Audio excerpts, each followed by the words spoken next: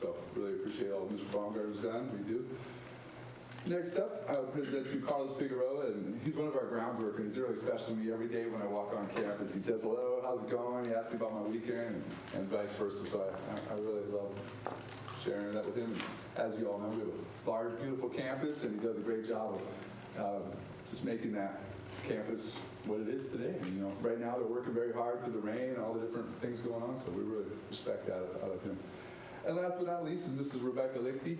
She's gone above and beyond. She's always been a great teacher, good teacher. She's gone above and beyond recently. She presented in our collaborative leadership model right now. She's helped present to our teachers. She stepped up to the plate and volunteered at semester time to co-teach with Mrs. Burley. Mrs. Burley. And then also she went with me just recently to a common formative assessment training. And she did a great job, and she's looking at that and always improving her craft. So on behalf of all of our team, we really appreciate it and appreciate these folks and want you to know how valuable they are to our team.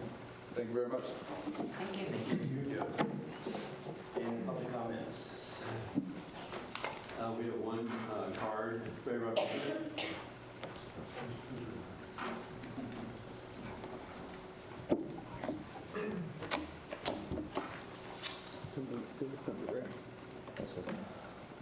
Good evening, trustees. First of all, I'd like to thank you and the community for relieving me of my duty as town trustee, Robledo. You wouldn't believe how much rest I've gotten recently. Most people say I can't imagine what you're going through. I do, and my sympathies to you. And I know you're very busy, and it's a busy time, and to tell you the truth, it will never stop. So next meeting will be just as busy, and we'll go on. I was here, I was a little disappointed selfishly that the resolution that I proposed to you for consideration didn't appear on this agenda. I would again ask that the board consider at least discussing such a resolution at a future meeting, hopefully not too far off in the future. Thank you. Ray, just so you know, I'll take responsibility for that. I talked to the superintendent about putting it on, and then with what's going on, it slipped through. So we'll bring it back on the board has already. I was really upset about it. All of you would have had a call on it. The board has already approved it for the agenda. So Thank you. Go on board. Thank you. Any other public comments? Action taken in closed session. There were no actions. Student actions taken in closed session. We had an expulsion hearing, and with respect to that hearing, I would move, and this is in regards to student number 01.10.2017.006. I would move that the student be expelled for the rest of this school year, but that the expulsion be suspended and that the student be placed on a behavior contract that is similar to the contract that is used at our campus. And by that, we envision that it would be a violation if the student committed one major infraction for 3 or more minor infractions. Is there a second? Second, yes. Yes? Yes. Yes. Yes. Okay, approval of minutes, we'll take one at a time, December 6th.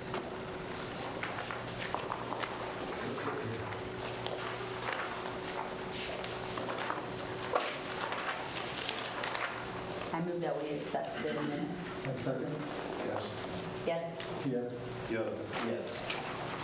December 12th. I move for acceptance.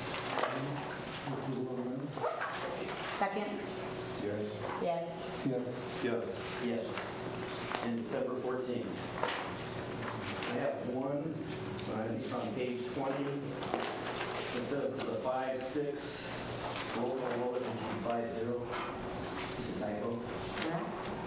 Oh, sure. The very last sentence. Oh, 5-0. I have one too. On page 19, it says something about a master's degree should be adopted. The first paragraph, almost the last line. You know, I'm just thinking that she's not looking for his master's. Okay, I'm going to try to adopt. With those two changes, I would move approval. And second? Yes. Yes. Yes. Yes. Yes.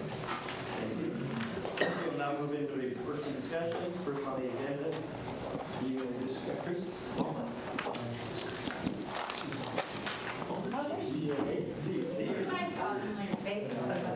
Just hiding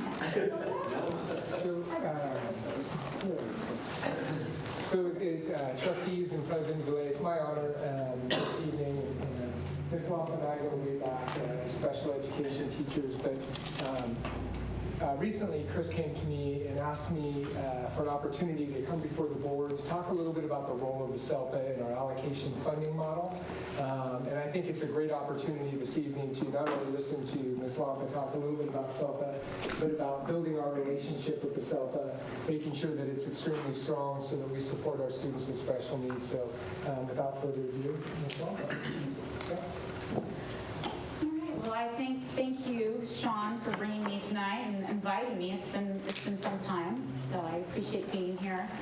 I know most of you. I've worked or interfaced with most of you on the board one way or another. So good to see you all and Happy New Year. New board members as well. Good to see you guys. Just being on campus, you know, even being in the library tonight, it's just so much. It's a much warmer, welcoming feeling than being in the big, cold cafeteria. So, thank you. Most of you, and you do, I believe in your packets, you have some brief information regarding SELPA, standing for Special Education Local Plan Area. It's timely at this point to actually talk about the role of the SELPA, given Governor Brown's maybe you watched it this morning at 11 o'clock, but Governor Brown did report on the state of looking at the budget for adoption, et cetera. He didn't mention a lot, actually, about education or special education, which I was surprised. Because we are expecting to see some changes. You are aware that the governor and essentially the federal government is also working with the state to bring one cohesive system to education. And we've had general ed and special ed for so long in these silos. At your district, I want to commend Director Cobb. She was charged when she first came on board to bring together an inclusion model. Samuel High School District has been operating really a segregated program when it comes to special education classes with SDC and RSP classes. And Director Cobb's mission was to really bring those together and begin that co-teaching model. And I remember when Mike Robicelli said, "This is what I want you to do." I didn't know what I was getting into, because that's a big, big undertaking. And really, that is, you are ahead of the game at this point in time. So I want to commend you for that. And there'll be more to follow in terms of what's coming forth from the governor in terms of expectations, et cetera. But I want to kind of dig in a little bit. I want to back it up a bit and what we do at the SELPA level. The SELPA is comprised of all the school districts. So we call them the Big Five. That would include San Diego High School District, Hollister School District, North County Joint Union School District, Aroma San Juan Unified School District, and then we have a representative. This year it's Mr. John Schilling, the new superintendent for Southside School District. He represents all the small rural school districts on the governing council, and then of course the San Diego County Office of Education Superintendent, the county superintendent. So that is the governing council that guides special education in the community. And when I say the community, I mean all of us. And at that point, they look to two other councils for input, one being the Special Education Council. The Special Education Council is comprised of all of the special education directors and their teams, so program specialists, et cetera. An offshoot of that council is the Business Advisory Advisory Committee, which Roseanne sits on, and she represents Samuel High School District. The Business Advisory Committee is a combination of all the directors, only the special ed directors, and then all the CBOs or directors across the SELPA. So those, again, the big five. They are the advisory committees along with the Community Advisory Committee, which is your parent committee. Every district is required to have a district representative. In this case, it would be, Mrs. Cobb, Melissa Casas in the past has been a representative, but it's a consistent member to the parent group, and then a parent representative. Susan Hilden has been, and many of you probably know Susan. Susan has been a champion for this district for students with special needs. And Susan served as the chair for the last 10 plus years until her son received his certificate of completion, and now Tyler's being served in the community through services, Hope Services, and social vocational services. But Susan has been an amazing champion. She opens up her heart, her family, and she works with many of your parents behind the scenes when they're struggling or they need advice, etc. So that Community Advisory Committee is another source of it's a source and also a required oversight committee, for the governing council. So they look at your annual budget, they look at the service plans, and they need to be approved by that particular committee. In addition to advising the governance council, because ultimately they are responsible for developing and approving budgets and policies within our SELPA. So how the money is distributed, was the number one mission of the governing council last year. So last year we had over 15 meetings. And during those 15 meetings, we agreed that we would look at an allocation plan. And I'm more than happy to come back to a working session if you have questions about that. But what we did was we looked at developing an allocation plan that would provide predictability to our districts, because as you know, the cost of special education is exorbitant, and it's not predictable because students come and go, and their needs, and in our community, they seem to travel from district to district, not necessarily moving out of town. And I'm looking at you, Patty, because this happens at Spring Grove, right? So many of our kids, first semester they're at Spring Grove, before you know it, they're at Hollister, and then they end up at Southside. And as a district, when you need to provide safe or free and appropriate public education, but at the same time you need to run a balanced budget, that presents a real predicament for you if you don't know if your student has moved, because you're paying the bill for that particular student services. Therefore, we looked at developing an allocation plan that would provide each district the dollars needed to the best case scenario dollars needed. Remind, special education's 40% underfunded still. So we recognize that we take that with a grain of salt. But our allocation plan was to do the best that we could to distribute those dollars and provide predictability. So what we did, and this is a trend across the state now, in similar SELPAs such as ours, we are a small and sparse SELPA. So collaboration is key. It's very difficult to get by without collaborating. And you can see that simply by being a very large district, the only high school district within Hollister. We don't have a small site to offer maybe a unique opportunity for students. So we must collaborate, and we do, and that's based on the relationships that we've developed and that we maintain. And in this case, that would be with Aroma San Juan and our high school. They have worked with us for some of our students with significant special needs to serve them on their campuses, as you do serve their students in some of your more severe to moderate programs. That allocation plan, and I think that this is key for you if you don't already know it. Are most of you aware of the new allocation plan that went into effect this fall? I don't think it was brought to us. Okay. Having said that, it was approved at our last governing council meeting in June, and there were several different revisions and opportunity for input. Both Director Cobb and Director Lascano participated in that diligently, revising and looking at numbers and asking questions. And their input was very much appreciated based on the fact that when you look at the allocation plan, Samuel High School, for the most part, as a district, you stand alone in terms of you're a district of service. You don't depend on anyone else except the County Office of Education to provide services to your students. The other districts are very dependent. They're dependent on Hollister School District.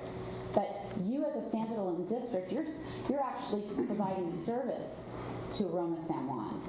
Very different. But the predictability piece for you is huge, and if you don't know it, you should know that in the allocation plan, all of the districts are receiving less money than they have in the past. And the reason for that is because we looked at your most expensive services, and in this case for your districts, it's low incidence. Students that have the lowest incident of a disability, so it could be someone who is blind, a student with hearing loss, a student with an orthopedic impairment. Those services are the most costly to your district. To give you an idea, looking at previous low incidence billbacks from the County Office of Education, they've ranged anywhere from $300,000 to $700,000 for your district over time. Just the visually impaired program was $300,000. I can tell you that not last year, but the year before, Aroma San Juan paid $700,000 in their billback. So what we did was we decreased the amount of distribution funds to each district. So for your district, that meant about $225,000. So you're getting that much less in your distribution that's coming through the SELPA. Okay, so all the money from the state flows through the SELPA. But in return, you will not get a bill for low incidence. The county will not bill you for that. Those low incidence services are predictable for you and all the other districts now. So that's something that everyone agreed upon, because that's what really caught the districts off guard and could bring them into real budget crisis. So I think that if you want more information on that, again, I'm more than happy to come back. But that was something that we worked on diligently, and since March of last year, we went through revisions. Again, we brought it forth, and it was approved unanimously by all the districts last June. We also at the SELPA, besides looking at the services piece, we also provide a number of services. Specifically, this SELPA and our SELPA, we provide a lot of mediation and alternative dispute resolution. So what that looks like is mitigating litigation within special ed and working with the districts and the parents to resolve problems at the local level. I think that piece in professional development are the two biggies that we really work to ensure that each district has access. Are there any questions? It's a lot of information. I'd just like to comment that it's been a pleasure working with the county office and the SELPA. It saved the district lots of money over the years, and the relationship has grown over the years to a very positive kind of a situation. So thank you for your leadership on that end. So we have the SELPA, again, it's all of your directors and your program specialists. They pinch hit for each other. If someone's down, if someone's sick, somebody from another district, someone from our office, they're going to step in and help out. And I think it's really important during this time of looking at systems and trying to implement programs like an inclusion or a co-teaching model that we're able to look at how do we learn from each other and what can we bring to the table. You know, North County's going to be looking at that as well. So it's an exciting time, but we have expertise here, and it is very difficult to bring that level of expertise and retain it within our county. For whatever the reason, geographically, it has been a challenge. So thanks, Steve. Appreciate that. thank you. You bet. Thank you. next on the agenda is administrative team, academic priorities.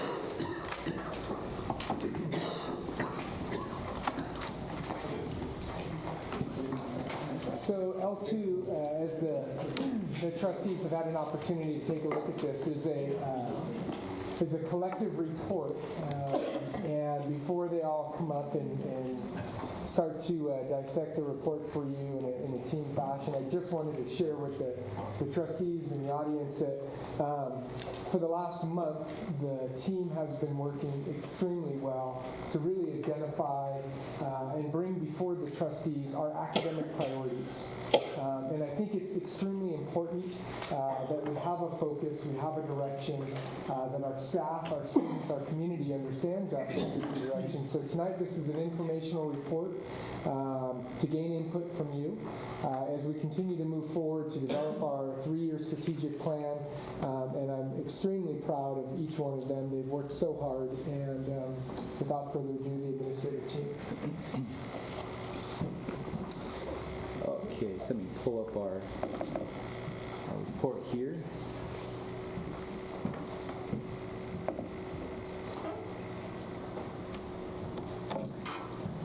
Okay. So good evening, Board of Trustees. Hello again.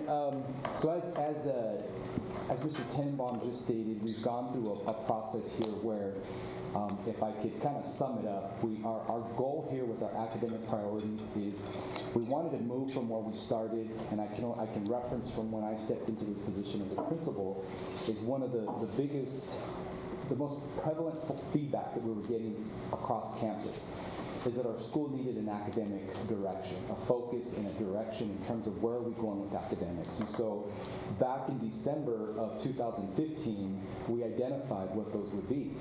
And so from feedback, we, and I'll explain this little diagram. I know Trustee DeLay and Nami kind of heard me give this presentation. But these 3 overarching concepts of what came out of the staff, which was rigor, relevance, and inclusion. Now, those are pretty broad terms if you think about it. If you went across campus and asked someone, for example, what does rigor mean to them, I guarantee you'd probably get 100 different answers. So part of the process is we need to define what that means to San Diego High School, relevance, and inclusion. So as we continue to move forward and we got into the beginning of this school year in August, we started, one of the other goals that we did is we said, okay, we asked ourselves, why are we here? And so what we do know is people are more compelled by why you're doing something versus how and what you're doing. We know that not just because we believe in that, but because the research tells us that. Most successful organizations out there, especially in the private sector, all start with why. And so that's sort of been our motto, is no matter what we do, we have to start with why. So whether we're giving this presentation or we're going in front of our teachers, rolling out some new strategy, we always have to start with why are we bringing this to you? Because we do know that people will buy in and people will believe in something when we tell them why. And so one of the other things we identified for me as a principal and as administrative team, we're going around and there's these nice posters all around campus that have this thing called the mission statement. And I mean, obviously a little sarcastic to kind of drive the point home that the mission statement is supposed to drive everything that we do, right? It's supposed to be kind of the overarching umbrella that if what we're doing doesn't fall within this mission statement, then really essentially we shouldn't be doing it. And so what we did is we kind of broke down some of these elements. All students, we're talking about special education, so if all students means all students, then what at our school reflects that? Highest potential, so we're trying to get kids accessing courses at higher level, higher rigor. As I've been here, I know we presented on the significant amount of rise in the number of kids that are accessing advanced level courses. We have an inclusion model where the traditional student that's been in the SPED model is now accessing to Gen Ed.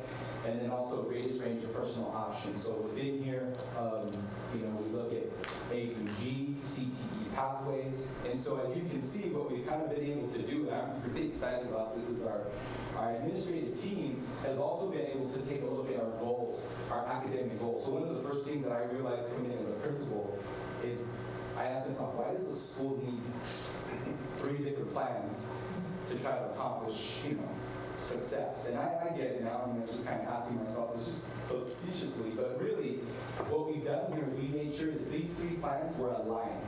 So that whether you are going upstairs to talk to our director of construction, Ms. Krokower, about the LCAP and what the LCAP is doing, or whether you came to school site council and talked to the school site council about the SIPSA, or whether you were coming to the whole administrative team and asking the WASCOs, no matter what we talked to you about, it would be clear that these were aligned. And so our goal to this point is to make sure that it all makes sense, that it's all aligned, because if we're going to have a focus, there's no sense of us having 30, 40 goals in 1 year. It's impossible to accomplish. So, starting with our mission, this is the lens that we're looking through. So if we look at all 7 of our priorities, which our administrative team will talk a bit more in depth, we're always looking from a lens of rigor. And so how are we going to elicit higher levels of thinking from our students? Relevance, our students need to know why they're learning what they're learning. And then inclusion, okay? Again, if all students means all students, then what are we doing across campus to reflect that, okay? And so based on our work up to this point, we have 7 priorities that we've identified. Obviously A through G, we have A through G default requirements, math and eligible support. The data tells us, we've had this discussion, I know here at the board, in our board meetings very clearly, that the data, the results we're getting in math tell us that it has to be a priority. So we need to do things to reflect that. CTE pathways, we have to make sure that our students that are going and pursuing our wonderful CTE programs are actually leaving with something that is high demand, high wage, and is out there that the industry wants, the skills that the industry is looking for. English language arts and reading, obviously those are the basis. The skills that we're teaching in ELA and the literacy are going to go across all content standards. Our English language learners, as we all know, we have a significant group of English language learners, both the short-term and the long-term learners. AVID, we've invested a lot of resources in AVID to try to get the middle of the road type of student that maybe traditionally would have gone after an A through G or a 4-year route, and then obviously our SPED inclusion model. And so this is a big undertaking. We know that this is a focus, so it's a big undertaking. And so what we've done here is we're presenting to you a model. Our team is going to present to you, and the sequence that we're going to go through is that we want to talk to you a little bit about our current reality, where we're at now, a little bit about what we know. You can see in the slide that how these priorities tie to our academic plans, so the LCAP, SIPSA, and ROS. And then lastly, we want to give you an introduction to some of the guiding questions and some of the challenges that we are anticipating and that we already know are in front of us as a result of these being our priorities. And so with that said, I'll go ahead and turn it over to Ms. Grissom, who's going to talk to you a little bit about starting with our 8 through 12 requirements. Thank you, and good evening. I'm here to present the priorities of our A through G graduation. I just wanted to point out that the middle piece, I'm not going to talk about too much. I just wanted to point out that those pieces align and help us align our priorities and our houses with the SIPSA and LCAP and WASC. So when you look at that middle piece, goal number 3, college and career, would align with SIPSA and LCAP to our A through G graduation of college. So I just wanted to point that out. So our current reality is that our course completion rates is the first thing I wanted to point out, that with our last year's seniors, 43% completed A through G requirements. They completed that and were able to get a C- or better. 20% attempted A through G but were not able to complete it, and 37% did not attempt A through G.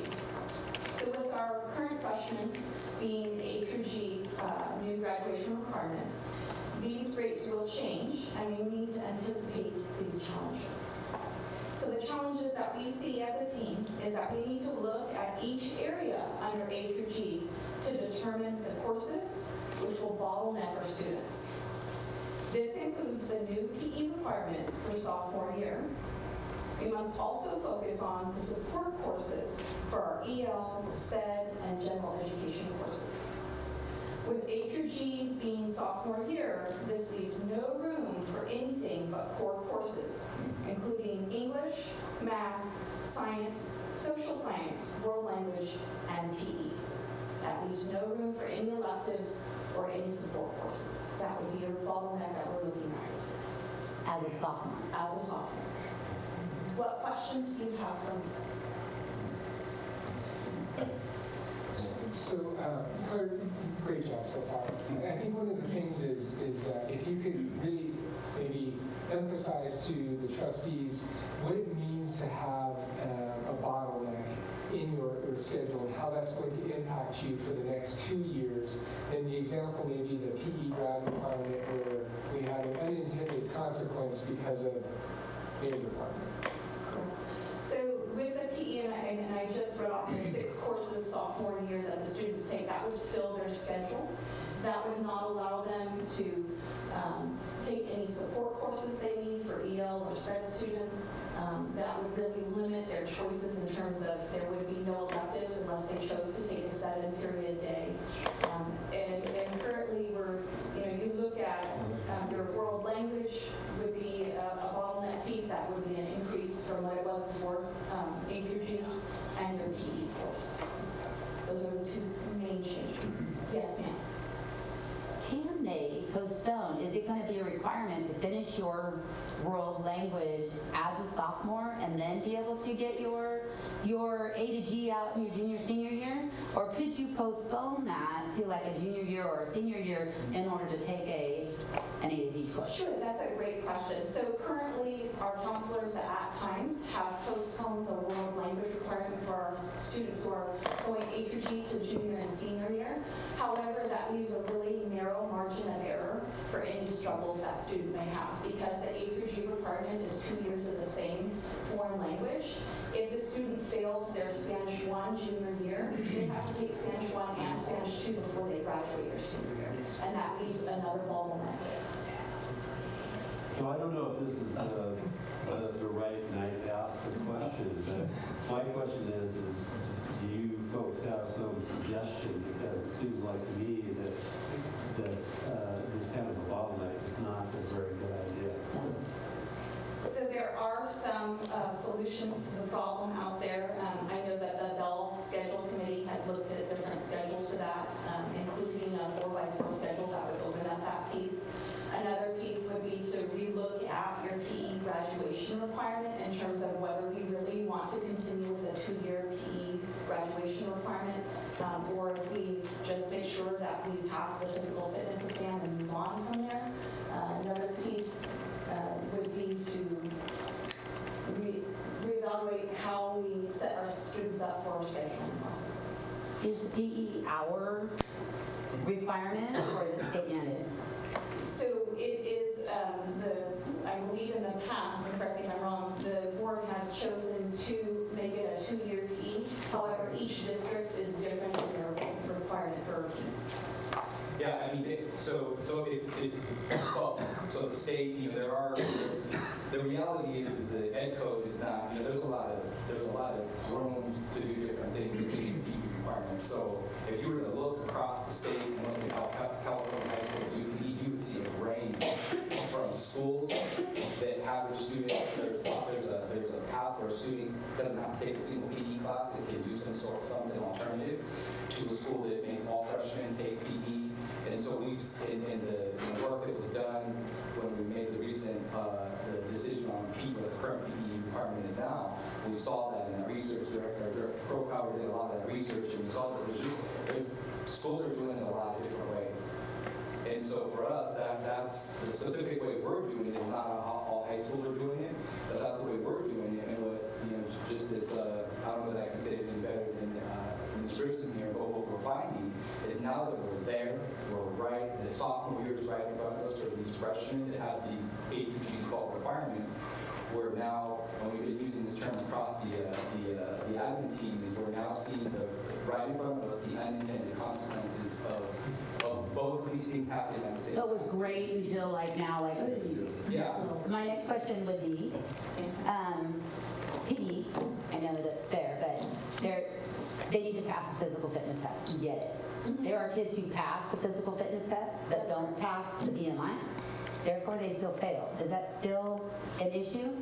Yeah, Because you're gonna have a kid who can do the push-ups, the sit-ups, the agility and everything. So there's but 5 out of it's 6, behind. I believe it's 5 out of 6. And so our students, like it's the so our PE department will determine that. BMI is something that is not, if it's one of the 5 out of 6, then yes, that would count. But BMI, because there's so many variables, if that's the one that they don't get, a student can still pass physical. So you're gonna weigh it? So BMI and also flexibility are the 2 bigger issues. We have elite athletes on this campus that can't pass the standard for flexibility. Yeah, the flexibility. Are they being weighed then, allowed, or? Well, they're not necessarily being weighed, but a lot of them can pass the 5 out of 6, so that may be the only one. That might be the 6th one, which is the only one they didn't pass, or they're getting a lot of opportunities to retest. So, in fact, they have opportunity, we're getting opportunities in the summer. BMI is not a build retest. No, BMI is not one of them, because obviously there's a whole lot of variables to BMI. Okay. But the other issue is flexibility. I know it's not a huge thing, but that's a PE, because sometimes that requires another year of PE for not passing agility or flexibility or that, so that's another, so just. And I think one of the things that Trustee Tiffany raised an excellent question. What is our recommendation? And for the 131 meeting on January 31st, the team, just like they're doing now, is going to dissect the A to G.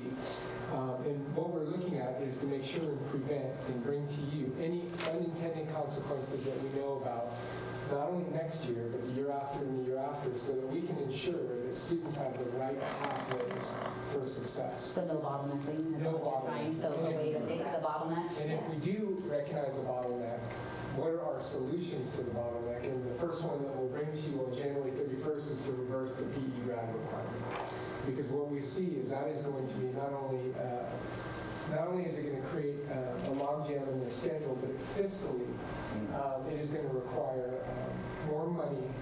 And then we also have recommendations in other areas where we really need to emphasize, if those are our true priorities, to put our dollars and cents.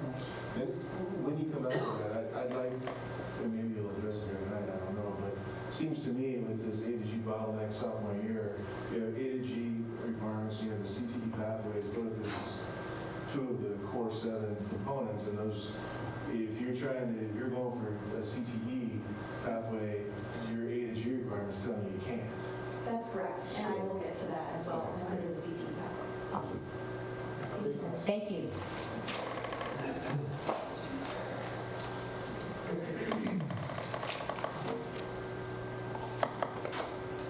Good evening, Board of Trustees. As we all well know, NAP is a significant area of focus for us. In just reviewing our current realities, and you have seen this before, in looking at our state testing results, and remembering that only our 11th grade students now take the state test. We did have a small victory this past spring in that our percentage of students who met or exceeded standards did increase by 5%. So we do want to celebrate that. In addition, if you see on the 3rd bullet point, we reduced the percentage of students in the standard not met category by 9%. So that bottom end moved up. So those are areas of growth to celebrate. However, we remain 12% below the state average.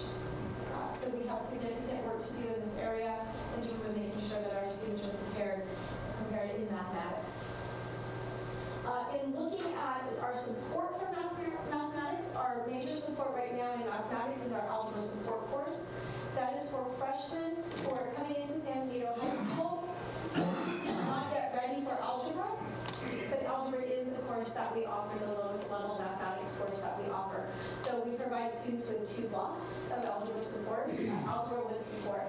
And what the data shows, and Principal Ramirez did bring this data last August to the board, what the data shows is that program is working. That by the end of the school year, the students who participated in algebra with support, on average, are performing at the same rate or slightly higher than the students who were in algebra only, the students who were prepared for algebra when they began. So this is a good program. It's a program we've worked on for several years, and we've tried it several different ways to get it right. So that's a real positive movement. We are in the 2nd year of implementing our Common Core curriculum. So we have the 2nd year of our springboard textbooks. This is a very, very different way of teaching and thinking about mathematics. It's very conceptual. There's not as much of this old a skill and drill. Some people call it drill and kill. But that skill-based practice is a little bit more limiting to build on those big concepts and those big problem solving. It's a very different way of teaching and learning that we're still working on getting used to. And we do provide professional development. The first year of implementation on that, we had the full professional development. Last time, the second year, we did just a refresher. Now, here's a potential concern with that. If you look at our guiding questions and anticipated challenges, we continue to experience a high turnover in mathematics. This year, we have 6 new teachers to our district. That's 1/3 of our mathematics department. In addition, we went last week, we sat down, the whole site administrative team and myself, we sat down with the math teachers and we said, what do you think? What do you need? What are your concerns? And one thing that we found out, we have a lot to say, we have a lot to think about. The one thing that was pointed out, only 4 of our 18 teachers had any experience with the intensive common core professional development that we did in the past, and that was that countywide mathematics initiative. Only 4 of our 18 teachers had the support of a mathematics coach in terms of getting used to teaching in that common core methodology. So what that tells us is we have a tremendous need for professional development for our mathematics teachers at perhaps a few different levels. The teachers who are in the first year of that new curriculum are experiencing the difficulties that some of our teachers had last year that they've been able to learn through. So we will continue to work and support in those areas, of course. Both administratively and with teaching staff, we all see that student engagement is a significant area of concern. Getting students engaged and actively thinking in the classroom is something that we definitely need to work on. Mathematical modeling is very difficult, both for teachers to teach and students. And mathematical modeling is like a performance task. So it's like a very messy, not clearly defined word problem that you might see in mathematics. But remember the old word problems when we all took mathematics, they gave you the numbers and you had a few keywords that you could look for and you could kind of put that together and within a formula or a system and solve that problem without really truly conceptually understanding what you were doing. Mathematical modeling kind of takes that out. It's a much messier problem. You can really think and dig in and ask questions and sort through information and maybe even collect some more data. So that's something that our teachers and students really need a lot of support and training with. And then also focusing on relevant curriculum. Gone are the days of just do this problem this way, get an answer, and you're done. It has to be relevant and meaningful so that students have strong conceptual knowledge. And in terms of innovation, we need to look at ways to do mathematics differently. Not every student learns mathematics by here's how you do the problem, here's how you do the problem. And now with the A to G graduation requirements, our students will be going through Algebra 2, not just geometry, but Algebra 2. We need to make sure that we're supporting a wide range of learners and different learning types when we're teaching Algebra 2. So we need to look into innovative ways to do that. There are some really interesting programs coming out of the UC system that are integrated courses that have been developed that might take 2 courses and integrate them together. It might be construction with Algebra 2. It might be engineering and geometry and things like that we will explore as well. So we know we have a lot of work to do in mathematics. We're on board. We're talking with teachers very closely, looking for good, solid professional development, looking for good, solid models out there for our students and our teachers. So the board, just so the board is aware, you're going to have a new calendar, and this will be on the 2/28 board meeting. So each of them will have a separate date. So each of these 7 focus areas will have a full microscope on it, so the board can really dissect and what our plan will be to address the guiding questions and anticipated challenges. And math will be on February 28th. Can I ask a possible look for you guys since you're going to be working on this? You know how you have algebra support and it seems to be super helpful? I know it's been discussed. Why not have an intervention period within the day? I know the bell schedule was something that was mentioned, but an intervention period that people can go into to get that support in math, even through 2. So it's just a thought process to throw out there. Another one would be, which is either tutoring or obviously. Have you guys, because I know being a parent of a kid. Algebra 1, you go to geometry, apples, oranges, you go back to algebra 2. Hey, doesn't work. Algebra 1, algebra 2, geometry, or have you guys thought about the new way, like several states in the United States, or math 1, math 2, math 3, where you're constantly receiving geometry, algebra, trigonometry, all of it by little increments and stepping it up. Therefore, there's not this jump where you have to come back and remember. Because then they go to college, and then they're like, oh, what was that again when I was a sophomore? They don't get it. I mean, it doesn't stick. So maybe something that integrates. So I'm going to just throw that out there, that if it's something that we look into as well, that, somehow we need to, rather than just put a curriculum in front of the kids and teach it, maybe there needs to be a rethought in the process. I'm just going to throw that out. Absolutely, those are great ideas. There are schools, both near and far, that are doing just those things. San Juan Rose, for example, has a model where I believe they're going geometry, algebra 1 to algebra 2. So they basically what they've done is put algebra 1 and algebra 2 together. Exactly. In addition to that, we're looking at several schools and districts to visit that have either really great growth in terms of their scores or some promising practices. One of those that we're looking at down south in Riverside County actually is moving very strongly towards integrated math. And are we So looking to take like a site visit? And Yes, yes. The whole team. Yeah, Oh, so okay. we're really interested in going and looking at some of those and seeing what does it really look like in practice. Exactly. And what do the teachers and students and administrators have to say about And that. maybe math teachers can go and watch it in action? Because coming back and telling is nothing than what you see. Exactly. I have a question. Student engagement is a significant area of concern. You mentioned that under guiding questions. Yes. Are you going to someday come back and say how you're going to get these students engaged? Yes. And how you're going to motivate them to want to go to intervention? If I had a choice and I'm a teenager between, being with my friends and going to intervention. No, if it's required, it's a required. You got to go someplace. Yeah, it's You like have to go PE, someplace. It's not a free something period. like that. Like, no, you go to math or core or something. But once you're in the classroom, this is something that I've noticed because it's been a worthwhile experience for me to be there working with these second graders on math and to watch as I'm walking around that some kids are getting it. Do as the teacher does and you'll get the skills. Others are saying, I can tell just by the way they're doing it that they're not following, they're daydreaming, and as I go around, I'm kind of nudging them, hey, the teacher underlined that part, that part.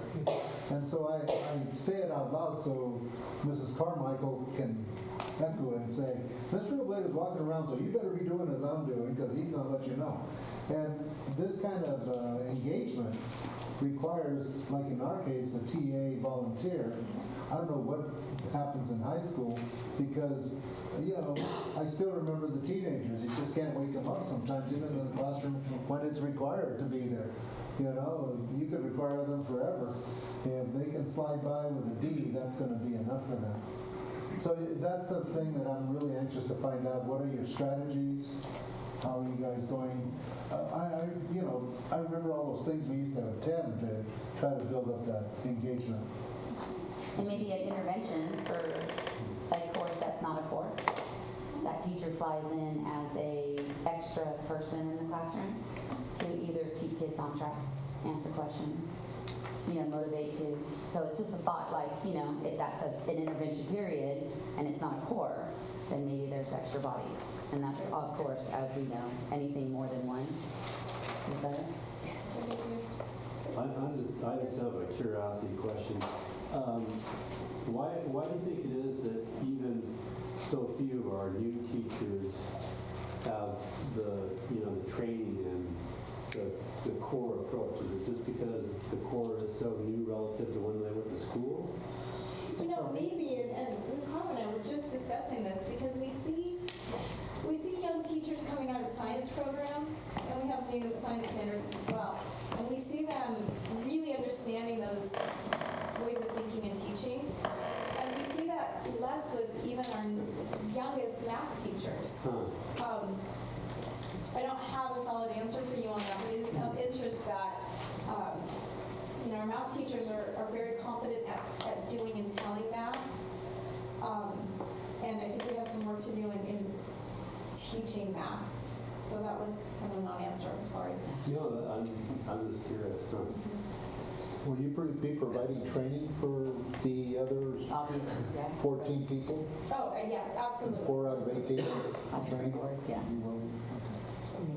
And one of the things that we're learning is we need to have consistent professional development year after year to bring that reinforcement. And that's why we're really looking at the strategic plan over year 1 to year 2 to year 3 is how do we build those skills and consistently reinforce that rather than having one-off professional development. I can tell you I piloted a program in my 3rd year of piloting a new program or working with a new program.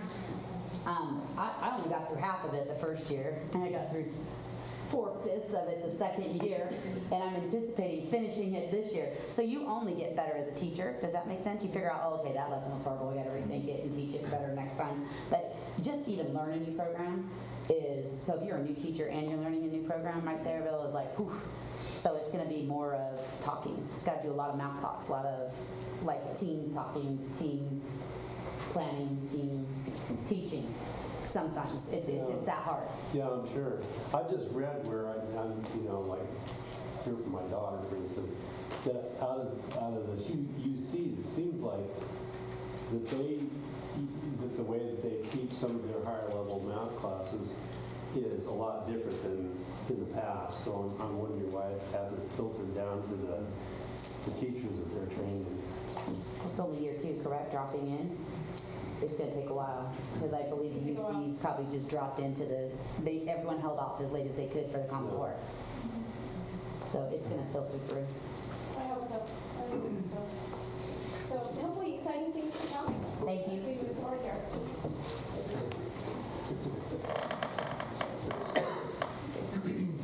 Good evening, trustees. You're going to hear from me a lot tonight because I have a comprehensive report next. So what I'll do is I'm going to go through some of the statistics and some of our value questions and anticipated challenges. And some of these items I'll go into a little more deeply in my report. So you're welcome to ask questions as I finish. I may ask you to wait on some of the questions till after my report if I know that I'm going to go a bit deeply into that so I don't repeat myself. Excuse me. So as we look at our current reality here at school, 2016-17, we currently have 6 co-taught. We actually have 7 co-taught sections, 6 different classes in English and math, where we have co-teachers. Those do actually add extra adults into the classroom, which helps our students, not only our special ed students, but all students in the classroom that might need that help, and all students can use help sometimes. We have 5 RSP Academy sections currently in 2016 and 17, and I will explain a little bit more about those Academy sections in my next presentation. I want to draw your attention to the statistics here. What I wanted to show you is how many of our students are currently accessing a general education curriculum on a regular basis. So currently, a third of our special ed students spend what I would call the majority of their day, 90 to 100% of their day, in general education classes. That's 108 students out of our 340. Our target goal that is set, more importantly by the state, is they want to look at that 80% number. I think 90 is a little bit more relevant because that's all your day. But 80% is what the state looks at. And their goal for us is 49.2% of our special ed students spend 80% or more of their day in general education. And currently we have 39% of our students in general education. Now the upswing of it is we're going to talk a little bit more later about how we're growing our inclusion program. And those numbers will start showing up in these percentages in the future. So one of the ways that we've already started is this year, based on our discussions here with the board, we determined that we wanted to have our RSP classes be transitioned into our co-teaching and academy classes. So this year, our all Resource 9 classes are included into general education when it comes to math and English. And next year, we'll follow that suit with all 10th grade, 11th grade, and 12th grade the following years until 2012. I'm sorry, 2020. And we'll go over that a little bit more in depth in my report. So some of the guiding questions and challenges that we see as we go along, we want to make sure we're keeping a really close eye on our inclusion program, that it's being successful for our students. So we need to identify those academic indicators that are showing us that our students truly are benefiting from that. We're already seeing a lot of reports from teachers about students, a lot of the behaviors that we'd seen in the past that aren't occurring any longer. Our students really are stepping up to the writing, the reading, the things they need to do. But we need to find those indicators so we can bring that data to you. We also need to look closely at our RSP Academy academies. The recommendation is that actually all of our academy classes, kind of like what Trustee Nenny was talking about, become for everyone, not just for our special ed students. We've actually created a service for the students in a special ed academy class, which we can actually serve all students if we start working together. So that's going to be our movement. But as we do, though, we want to make sure that we're as efficient as we are in our RSP Academy. And one of the recommendations that we have, we've been working with Dr. Lou Denti from CSUMB. He's an inclusion specialist. And one of his recommendations is because algebra is such an important foundation for our kids, and it's one of the really big things they struggle with, is that a portion of each block that we have, our academy classes would include algebra, so we're going to be working toward that. And then most importantly, as we work together as a team, making sure that continuum that we have of services and interventions are available for all students so they can all access general education classes. So this is good for special education, but I think a lot of it is also impacting and supporting our ELD students or our other students that have struggles for a variety of reasons. So I'm happy to answer some questions, but again, I will be reporting later for you.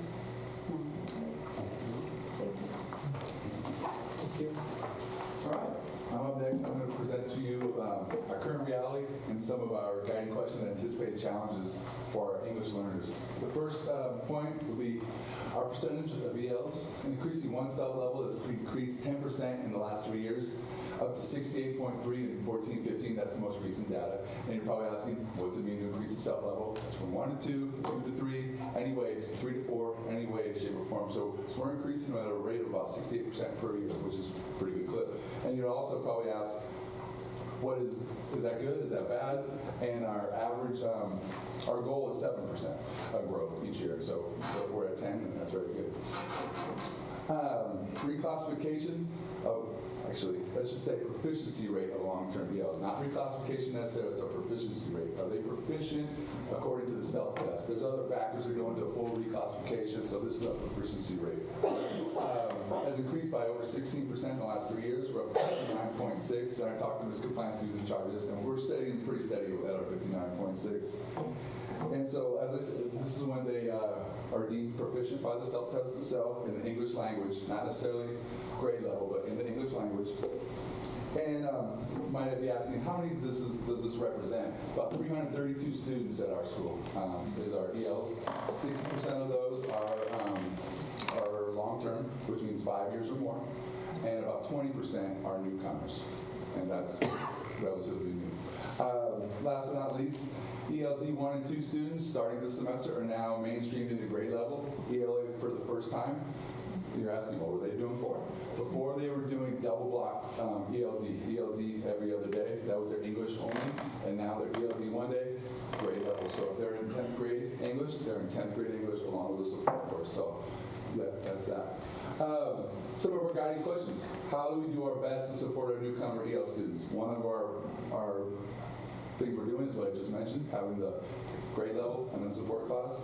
But we're always looking at other ways to support that as well. Ms. Kaplanski's in charge of this, and she does a great job, and she's looking into all the different ways we can support our students. And we're always monitoring, of course. The next one is required integration of ELD literacy standards into all contents across the board. And that's another thing that has been there kind of, but now we're going to make it up to the focal point. We're instructing our teachers, exposing our teachers to the standards, and we're also giving them the skills and the training on how to make that work for our students. And last but not least, we're looking at ELD curriculum. And the curriculum we're piloting, we're looking to be so it jives, so it coincides, works together better with our Common Core standards, and so that works. We're looking at piloting a program, and I just forgot it. We just went over it. English 3D is one we're looking at right now. We're not sold on it yet. We're still monitoring it, looking at it, but that's where we're going. Any questions at all? Of course, I will speak on it. No worries. A couple. First of all, ELD 1, ELD 2, what does that mean? That's their level. That's their ELD. So there's sub-level 1, sub-level 2? Okay, so your lowest levels are 1 day in, 1 day in EL. Okay, the next one is Aren't EL standards now being embedded into ELA?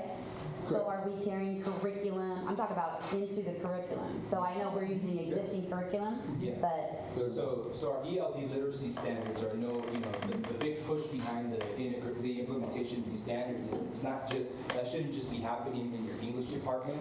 So this no, is it should be across. cross-curricular. Traditionally, that's what ends up happening, but we're going through this process where the first phase of this is an awareness stage.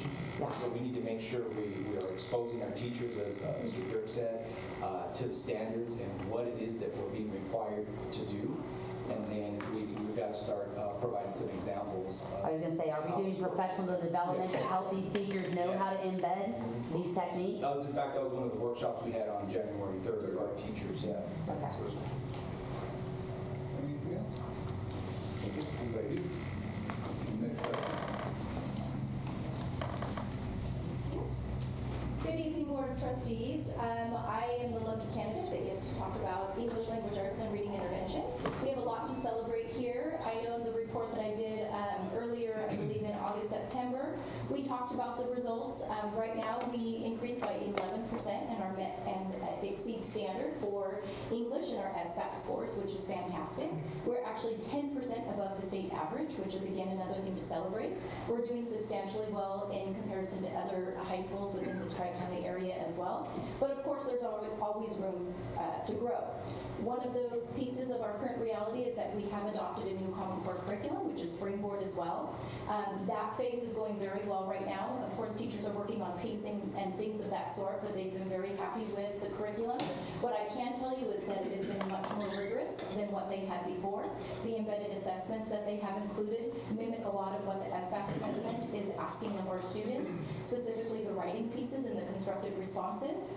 So we're really excited to see if our numbers jump even more on the SBAC scores for this coming year. One of the things that we do have, which is a current reality, but you'll see it also in our challenges, is our reading intervention courses. So we did restructure. This used to be our Read 180 course, which was the actual curriculum that we used. We found that that was not quite working for our students that needed the extra support, specifically because they were coming from our feeder schools somewhat saturated in that program already because that many of them had already been in that program. So we restructured that to name a course called Reading Intervention with students that struggled, and what we're finding is we're still not seeing adequate growth with those students. I'll go over to our challenges. Historically, those students have been placed in reading intervention, and what are we doing with them? Can we restructure that even better? Director Cobb spoke about that continuum of services. How can we better support all of our students? Does it need to be a separate course, or is it something that we can also embed with the inclusion model? One of the things to remember with reading intervention is that we are dealing with high schoolers, and many times this is a skill versus a will, and we need to separate the two. If it's a will issue, we do have academy courses that Coach Logue has as well to help building with skills, organization, things of that sort. If it's a skill issue, we need to break it down even further to, is this a reading fluency, comprehension, is this writing, and really attack the skill.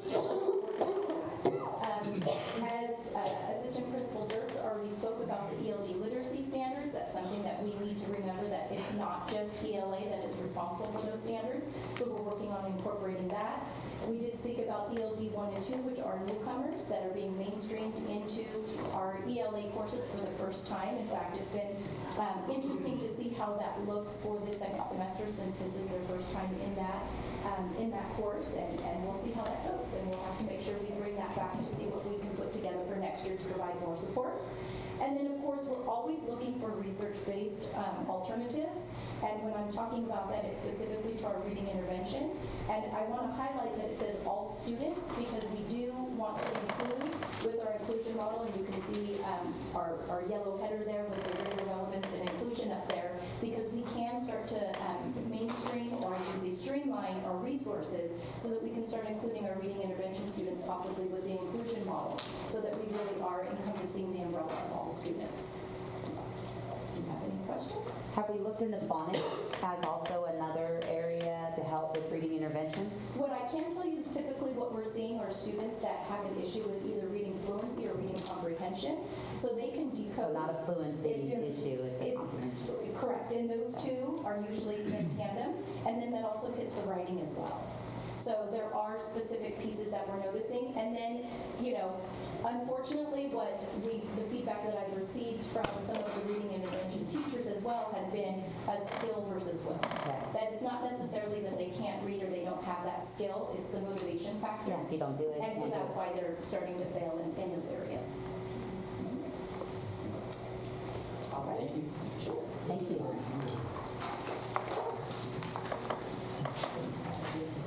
So I'm back with the CTE pathways. So I wanted to give you the current realities that we have 8 CTE pathways, and our graduation requirement currently calls for a 3-year single pathway, which a student needs to opt into by the end of their freshman year.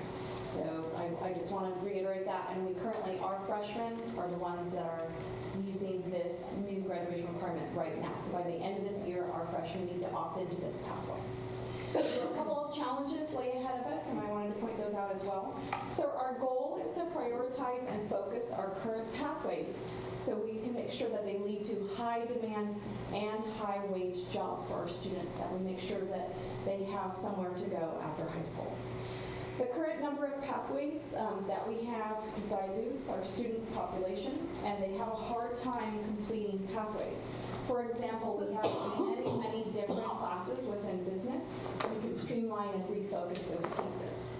As well as we have standalone courses as fashion and textiles, and weak pathways like child development. This also leads to a dilution factor and an inability for our students to complete that 3-year pathway. So we need to reevaluate the college and career pathway, the 3-year graduation requirement, due to our bottleneck again at that sophomore year with our PE and our support courses, and reevaluate our 3-year pathway and that completion factor. Do you have any questions for me? I can tell you at the CSPA conference, there's a big push by the electrical unions, the sheet metal unions, HVAC unions, the plumbing unions. They said, we'll come down there and we'll recruit the kids. Absolutely. And we'll pay for their education, provide benefits at the same time. Just let us know. So you might want to reach out to the trades, and they might help with some of these. Absolutely agree with you. I've got a couple of contacts that I made at that conference.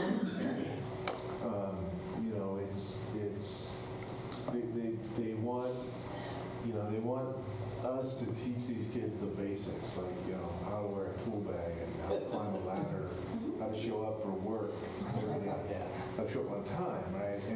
But they definitely want to extend their reach into the high school level, and I think that it's a great time as we kind of try to define our CTE program. We got, we're soon to have one of the nicest CTE buildings in the state, so we need to develop a program that is sort of worthy of the building that we're building for it.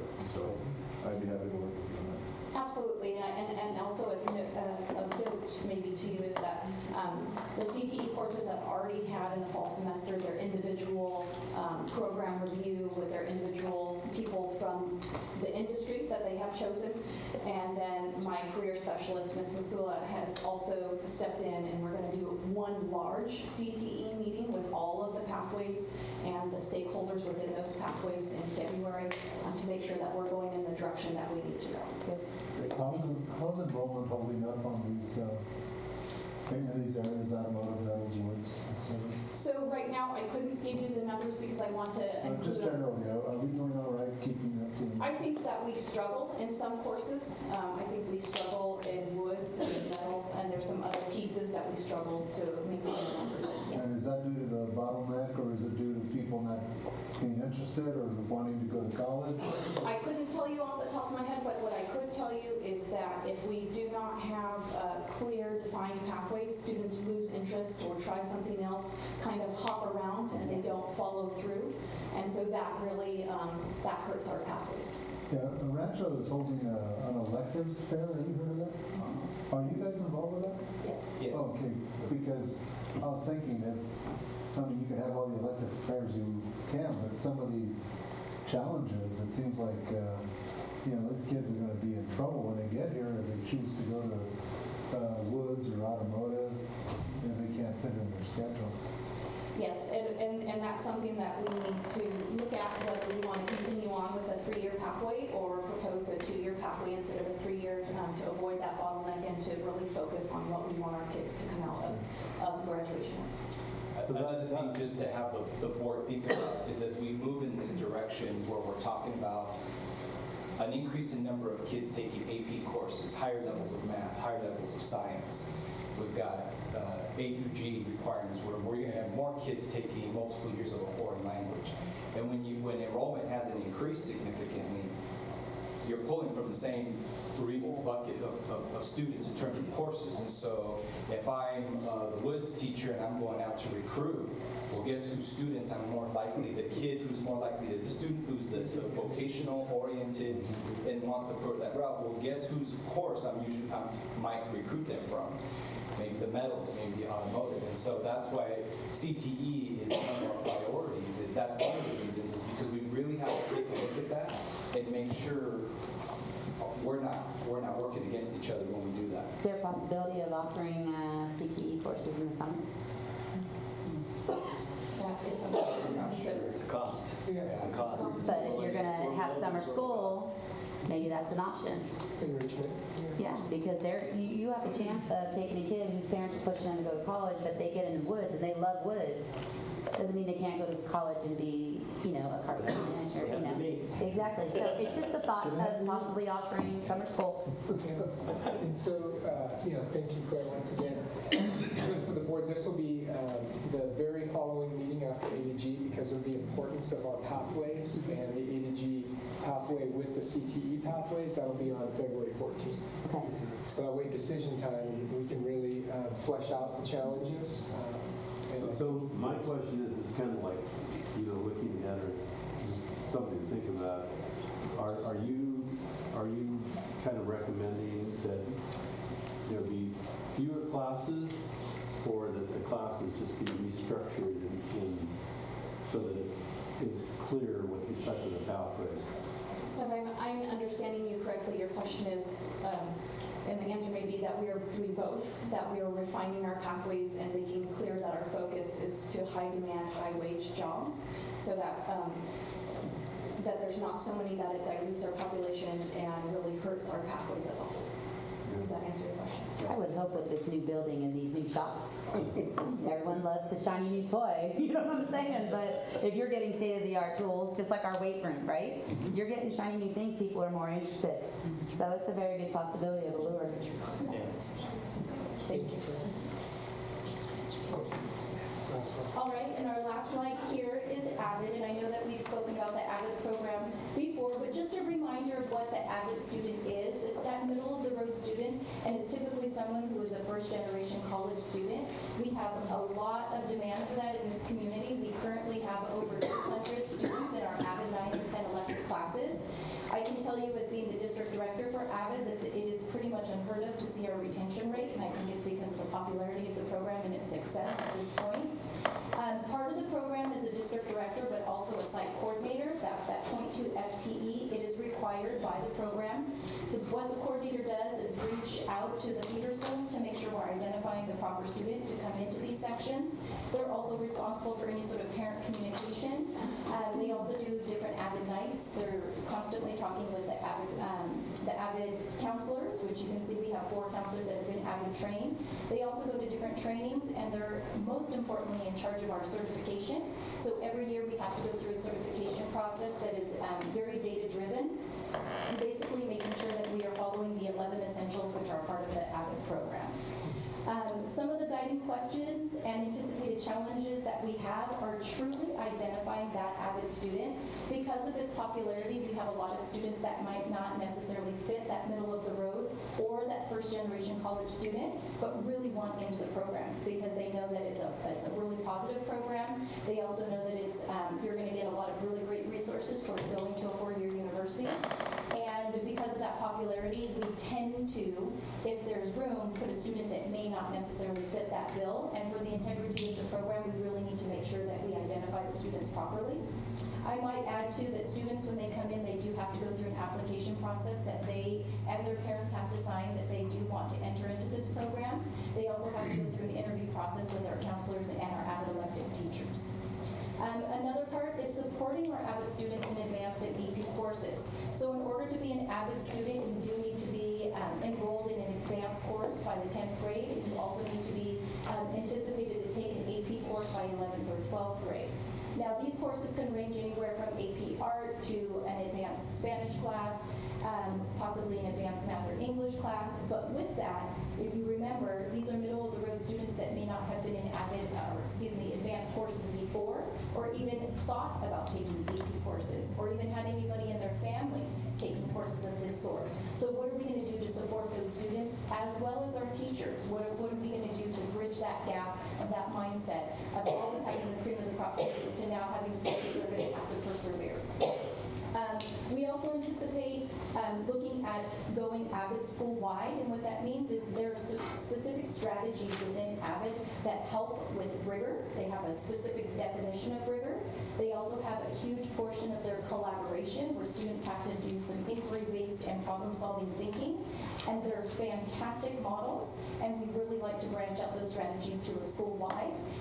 Eventually, of course, a great goal would be to be a demonstration school. I've had the opportunity to see about 3 or 4 demonstration schools down south that do AVID school-wide. These strategies are part of their tenets, if you want to say that, school-wide, plus they have their AVID elective courses that include these middle-of-the-road students. So everybody gets the strategies, but the students that are middle of the road that need that extra support are still in that elective class. So it's a win-win situation.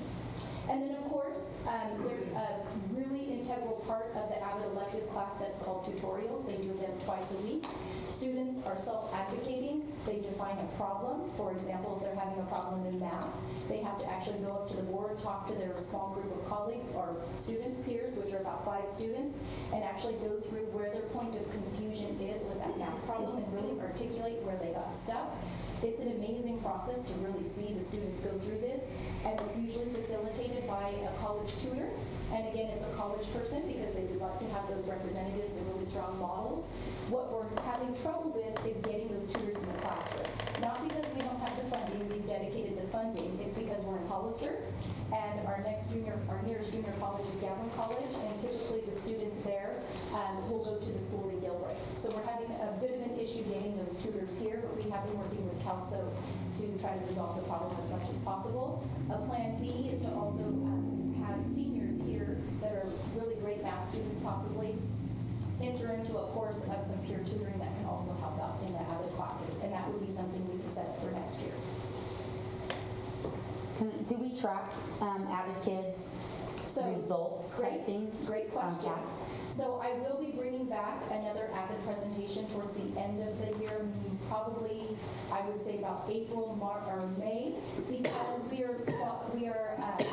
have to go through certification. So the data results that go through certification break it down to how many students are on campus, how many are AVID, non-AVID, break it by ethnicity, boys, girls, how many are accessing advanced courses, how many are passing those courses. There's probably 27 pages of data that we're required to have in. And then once that report is finished and we go through certification, I will bring that. Is that yearly, that certification? Yearly. We actually go through an initial study with all of the essentials, and then we go through the certification process every year. How do you advertise for your AVID tutors?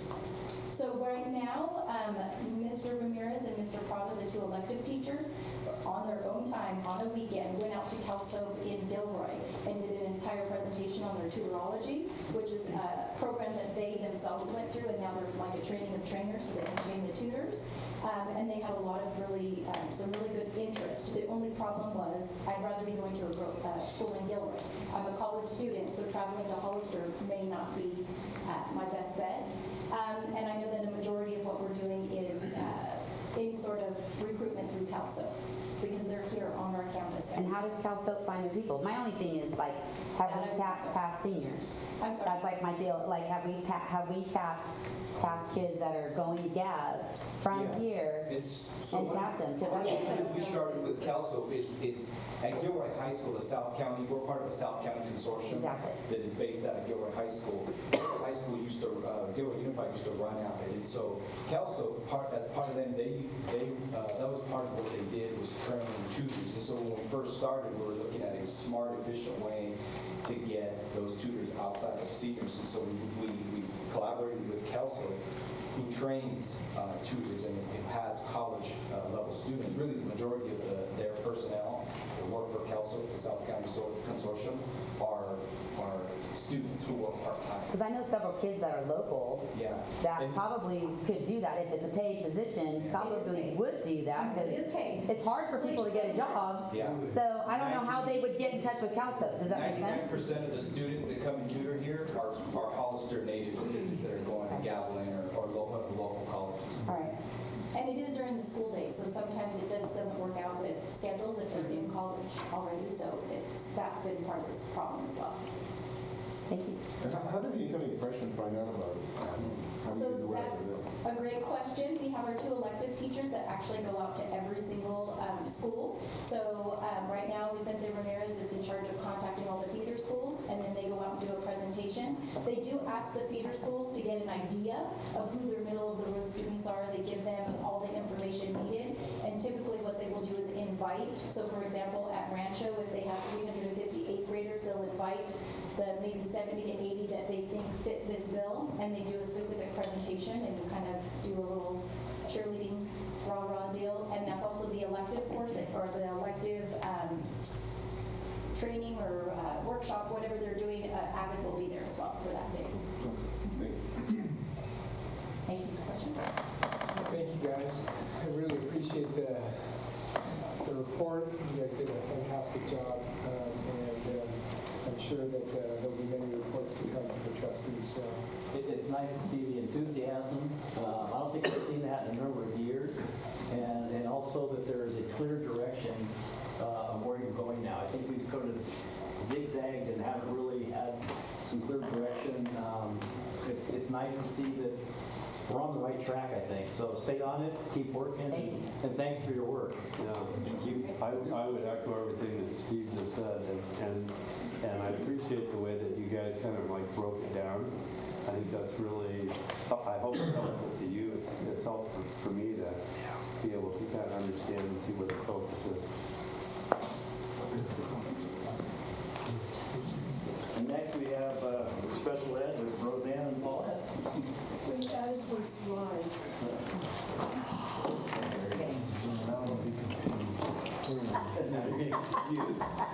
You're only supposed to take slides away. I read about some of the others.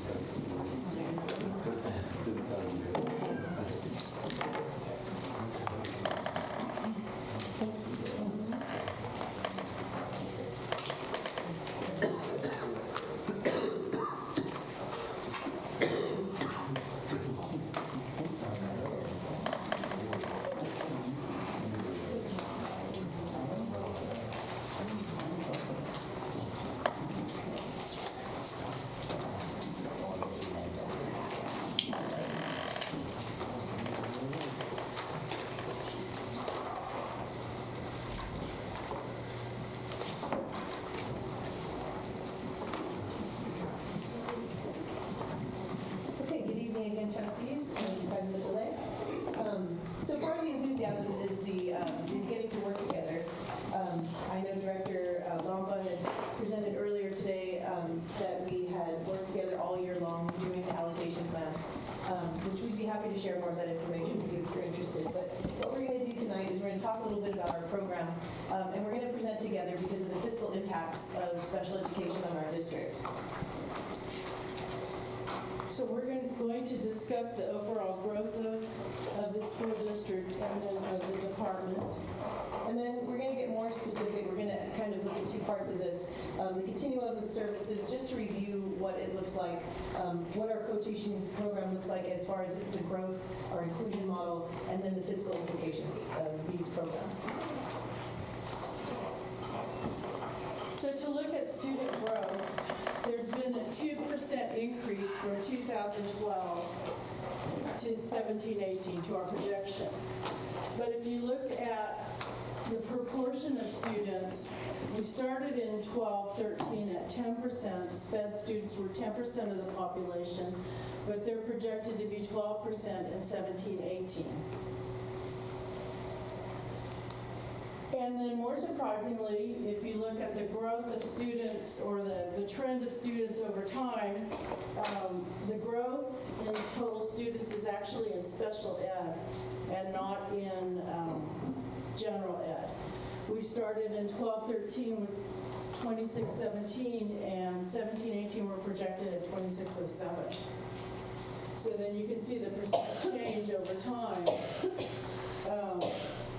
For the entire period, from 12-13 to 16-17, we've gone down 0.38%, but SPED has gone up 22%.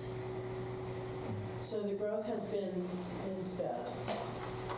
Any questions about that? You're including all this growth, all this building, growing, projecting next year just less students?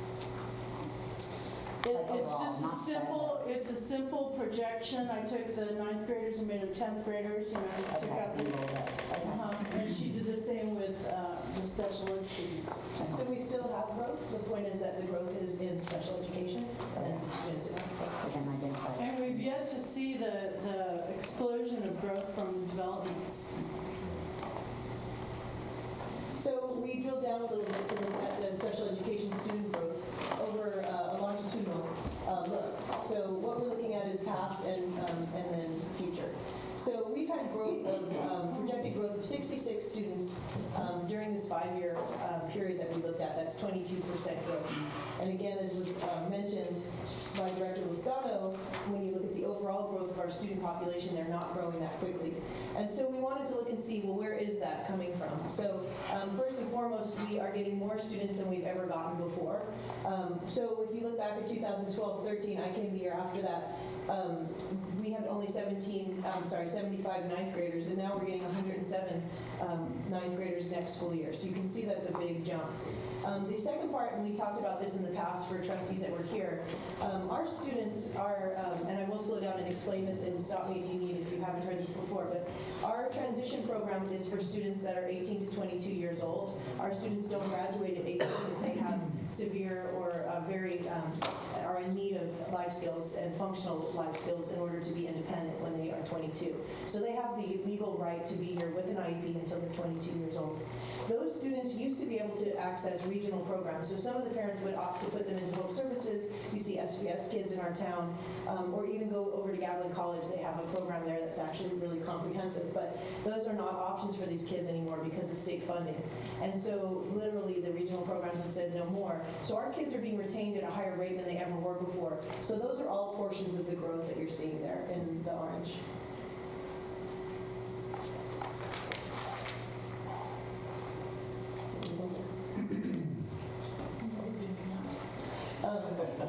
Sorry. That's okay.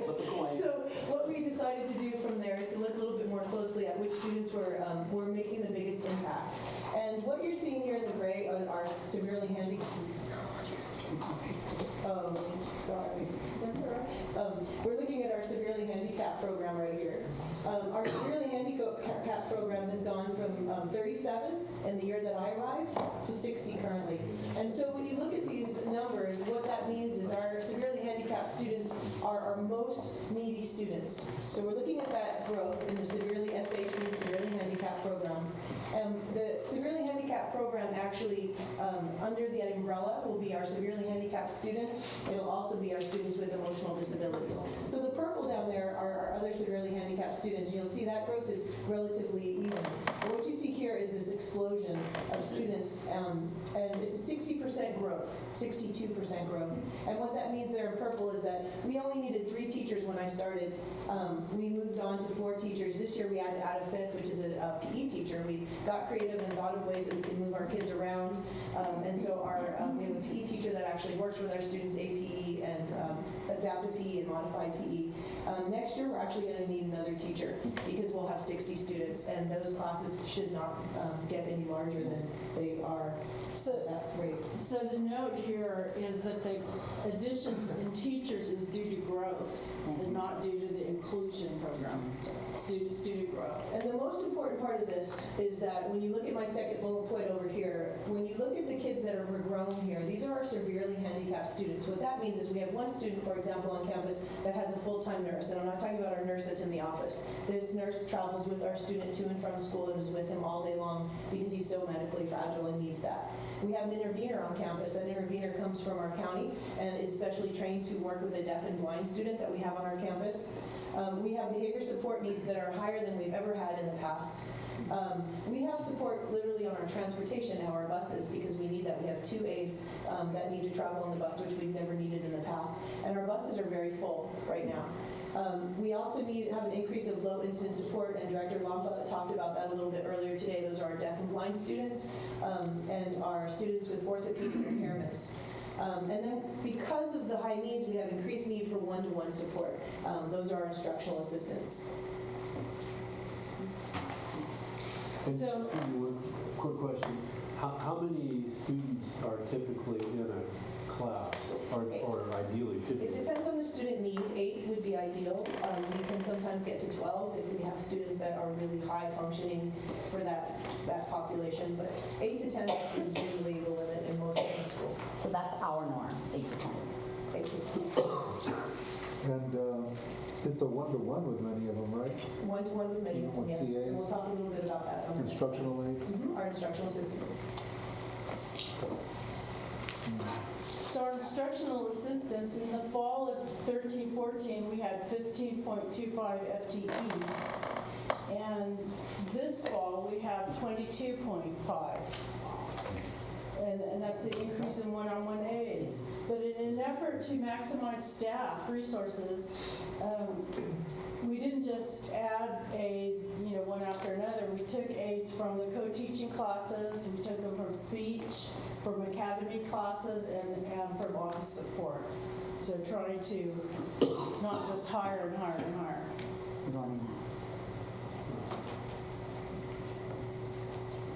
So our next portion of our presentation is going to talk a little bit about our plan for inclusion and where some of our other resources are going for our special education program.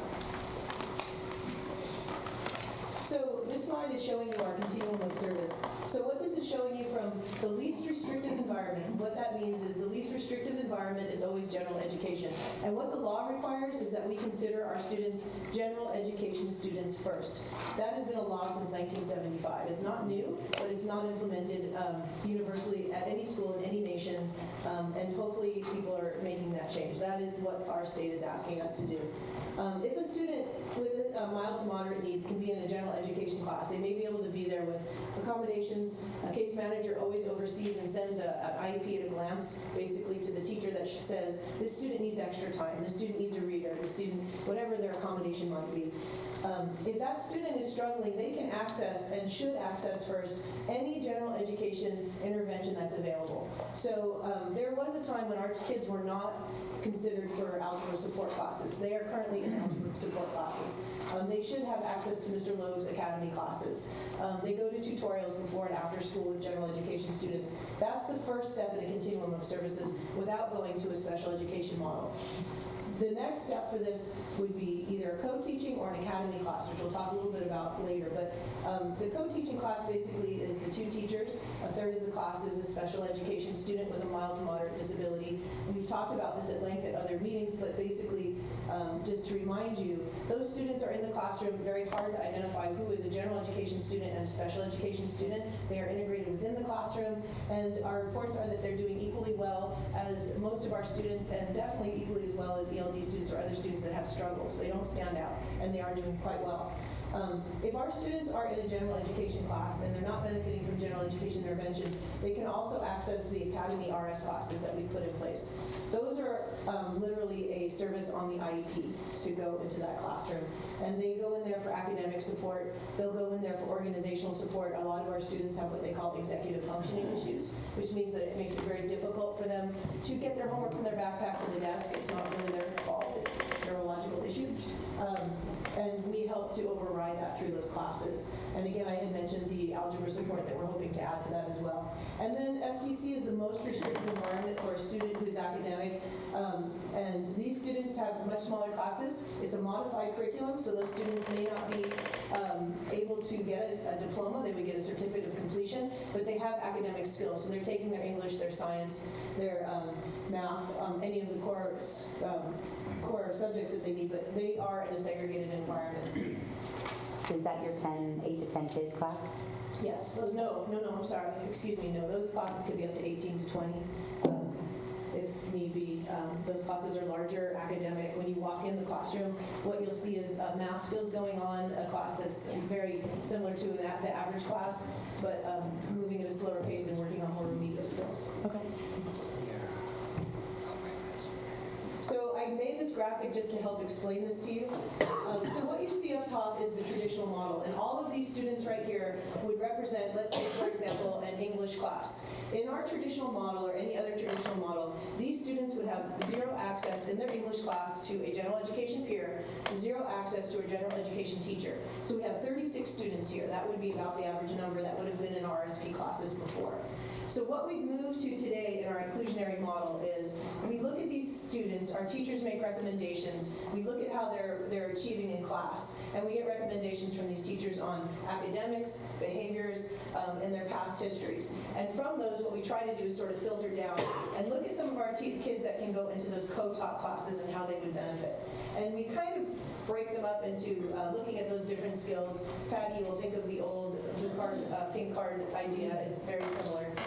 And so what you find is 24 of those kids are going to go into a co-taught class. That co-taught class is now A through G qualified. Our kids are now qualified for A through G qualifications because they're in a general education classroom. And these students over here were actually deemed by their teachers to be able to access a general education class and go to the academy class or to get another intervention and are being successful in these classrooms. Those kids that are needing the extra support, you see the academy in the middle, that's the RS Academy that I'm talking about. That would be an extra service mode on their IEP. And remember when I talked about those percentages of kids in general education? If you add this academy class for a student, you add a percentage of time outside of general education. And so this is a consideration as we work with our kids and try to get them included. Questions about that?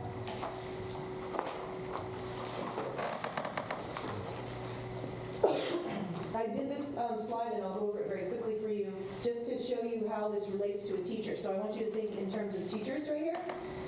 So what we have here is a traditional RSP teacher would have 2 blocks of English. We'll go back to English. Ms. Berg has 2 classes of English, right? Her 36 kids now have 2 choices. They're no longer in the traditional program, right?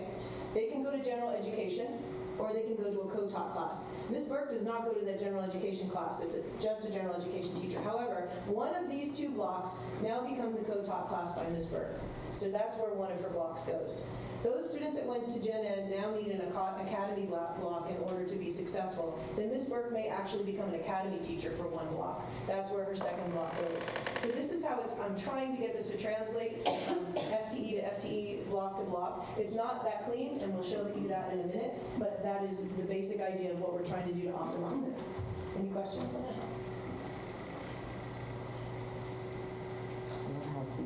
All right, so this one I'm going to walk you through it. I don't want to confuse you, but this is basically looking at the reduction of classes that were RSP classes, and our kids are now being included. So classes that were typically RSP classes this year, our English 9 and our Algebra 1, have now become only co-taught, only algebra. Our kids do not have the RSP option, the resource specialist option anymore for those mild to moderate kids. They don't have a segregated classroom to go to unless they go to an academy class. It's not that they don't have options, they just have different options that are more inclusive into general education.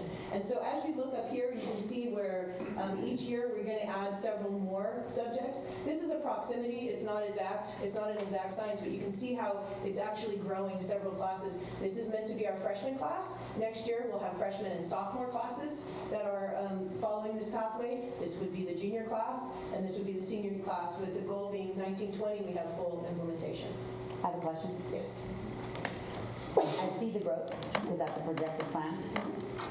Within that growth, do you see like a social studies and a science in a freshman year, and then adding that into your sophomore year, and adding that as well? Because I see the more for the other ones, but do you plan on implementing, I couldn't talk today, in the lower grade levels? Yes, we intend, starting with our freshmen, to no longer have RSP classes. No, but I'm talking about like to offer, not RSP, but inclusion model in social studies and science as well, down below. I'll show you on the next slide. Okay. Actually, question. If it doesn't get answered, let me know, okay? Ooh, I see it. Okay, so this is our growth in co-teaching. What are we going to do to meet this? Now, one thing I want to point out first and foremost is when you look at physics, you look at chemistry, and you look at algebra. We do have a chem survey class, which is a modified class right now. Algebra 2 and physics are classes our students were not traditionally accessing because we didn't have the A through G requirement for them. So we're going to have to start thinking about how we're going to support these kids. When I got here, we had no support for our students in geometry. And our kids were put into geometry because they had to attempt geometry. Typically, they would fail and then go into a remedial math class. So we've changed that. By offering this co-taught class, we've actually got a number of kids that are quite successful in geometry. So this is what we're looking at right now in our co-teaching as freshmen. These are the classes we have. Next year, we're going to add a world history and a biology classes. And again, this is a projection and looking at the idea. The year after, we would add the algebra 2, the chemistry, and then finally physics and econ and government. If I had an econ government pair that stepped up tomorrow and said, we really want to do this, we'd like to try next year, we wouldn't dissuade them from doing so. But this is a projection of how this growth might look for us. Does that help? Yeah, when you're looking at just reading the slide, which I did prior to, it didn't. So now that I understand, it makes sense. Yeah, it's awesome. Finally, what would that total impact look like, right? So we're making the growth. I talked a little bit about how we try to take an FTE and we try to take it and morph it right into an algebra support class and a co-taught class, but it's really not that simple. So let's think about Ms. Burke, right? So she's teaching a RSP English class at 11 and 12 level. We might need 2 English 11s, we might need 2 English 12s in order to meet our students' needs. And if that's the case, as we go along, we're going to have to add academy classes. And so what we've identified, based on our numbers, there's a good chance we're going to need 1 more block of academy next year to meet our students' needs. In 18-19, we're going to need 4 blocks. Now, what number of each of these blocks we determine we need will be based on what our numbers in our classes, what our kids schedule for, and things like that. And you'll notice one of these is a science class. That is actually a special day class. But because we're adding academy classes, we had to, and then we're also adding biology. We're pulling that teacher into a biology chemistry situation versus a SDC science situation. One of our considerations will be, can some of our SDC science kids go into biology? And then finally, the third year, again, looking at physics and adding academy classes would be a total of 8 blocks of teacher support over the 3 years if we were to follow this full implementation. How many blocks does a typical teacher teach? 5? 5 or 4, depending, as a special education teacher. Special education teacher that's an RSP teacher usually has 1 case management block because they case manage 28 students. So they also case management? Yes, all of our teachers case manage. Okay. And then they have 1 prep. Awesome.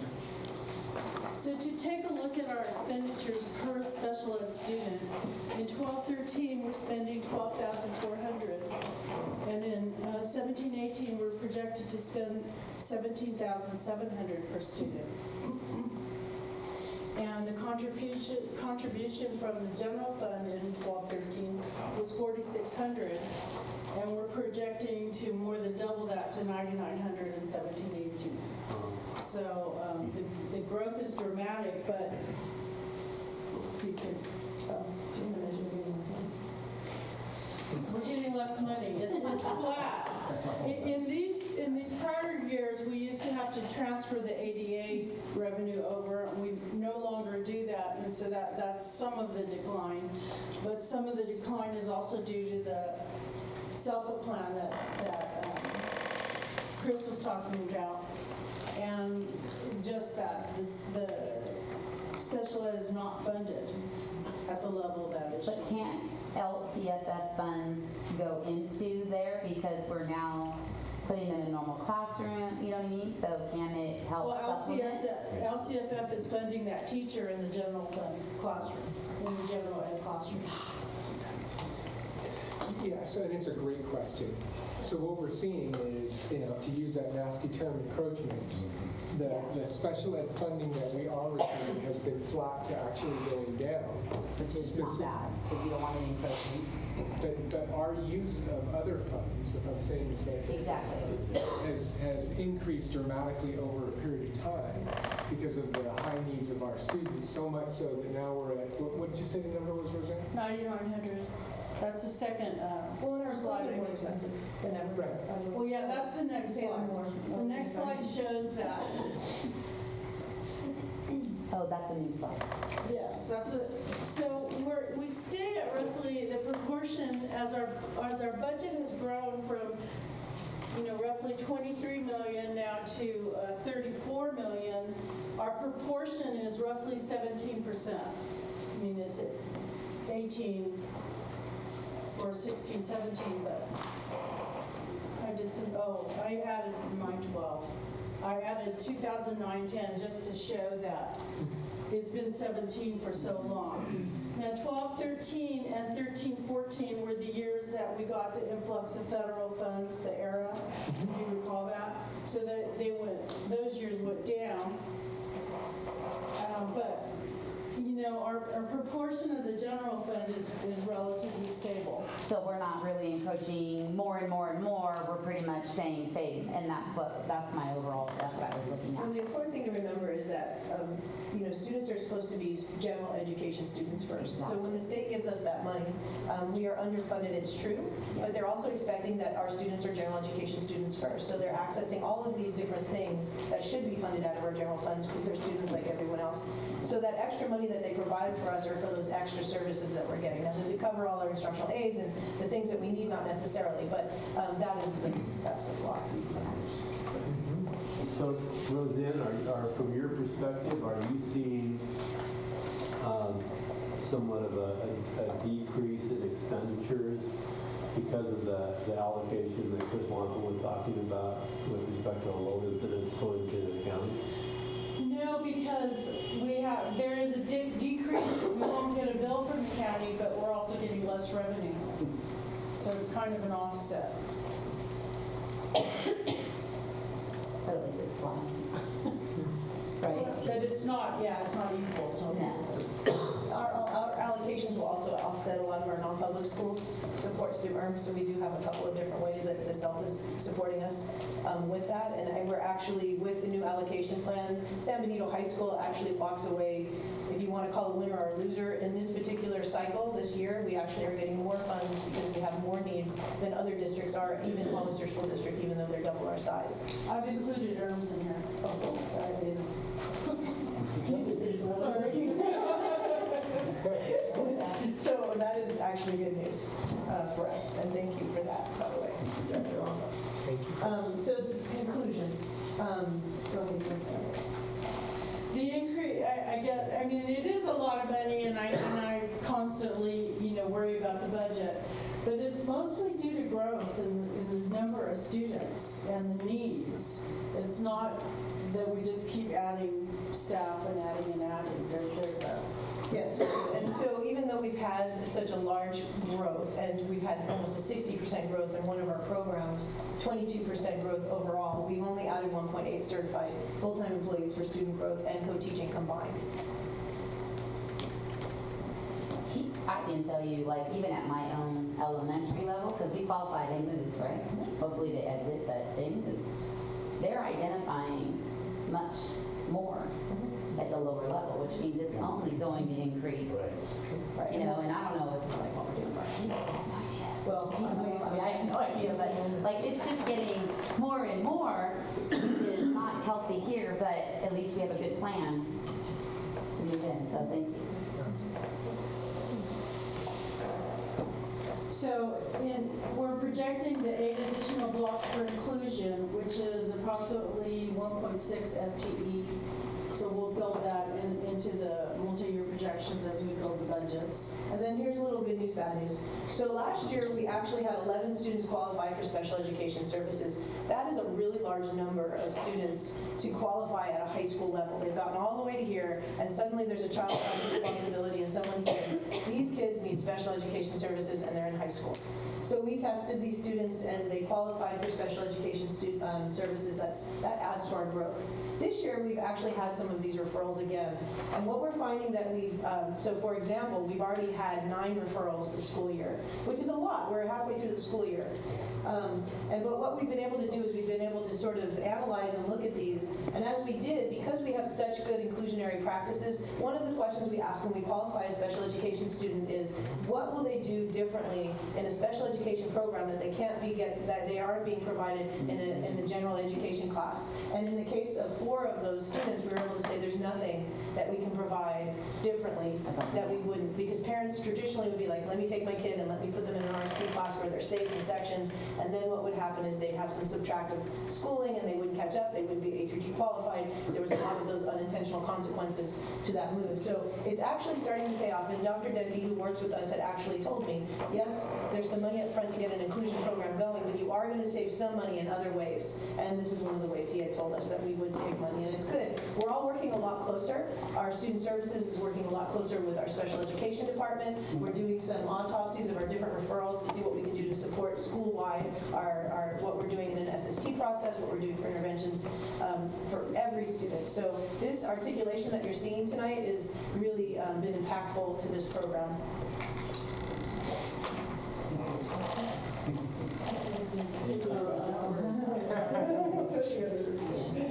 Thank you, ladies. Appreciate it. Okay, our next agenda item is City Krokower and College Readiness Block Grants.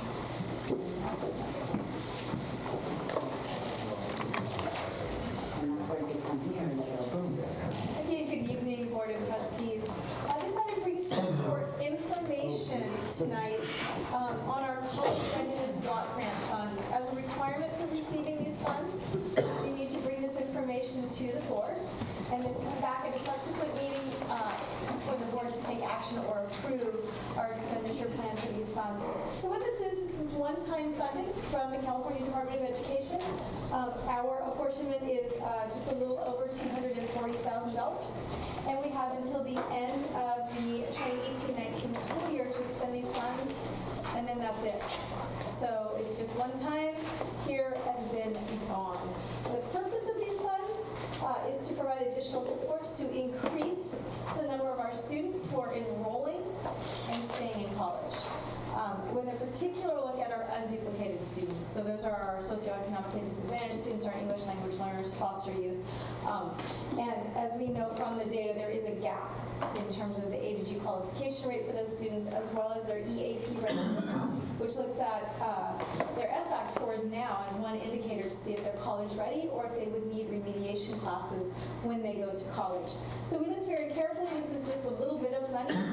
So we looked at how does this support our current LCAP and single school plan goals. How can we use this money to sort of enhance what we're doing now, knowing that this money is going to be here and now. So we looked at that carefully, closely. How do we support the things that we're doing, the things that we need to be working on? And if you look at page 156, the budget we came up with is to support our AVID program. Again, as Assistant Principal Krokower explained this evening, that's for middle-of-the-road students to help push them to be college-bound students. As that program grows, we want to make sure we have room in our budget to provide the additional teaching for that growing program. So we budgeted in here an additional 0.8 FTE.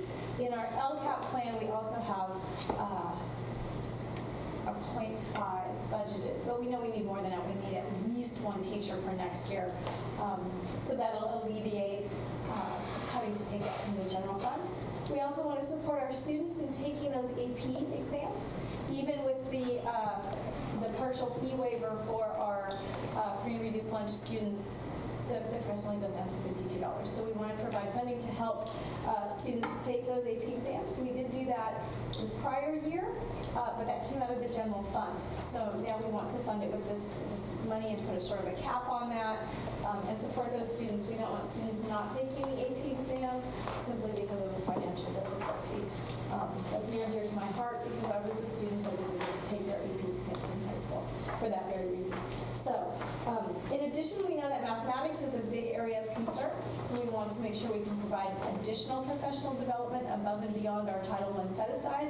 So we set aside and broke it over the 2 years, the remainder of that balance to provide additional support for mathematics. One thing there we're looking at is bringing someone like Dan Myers to our school to work with our teachers.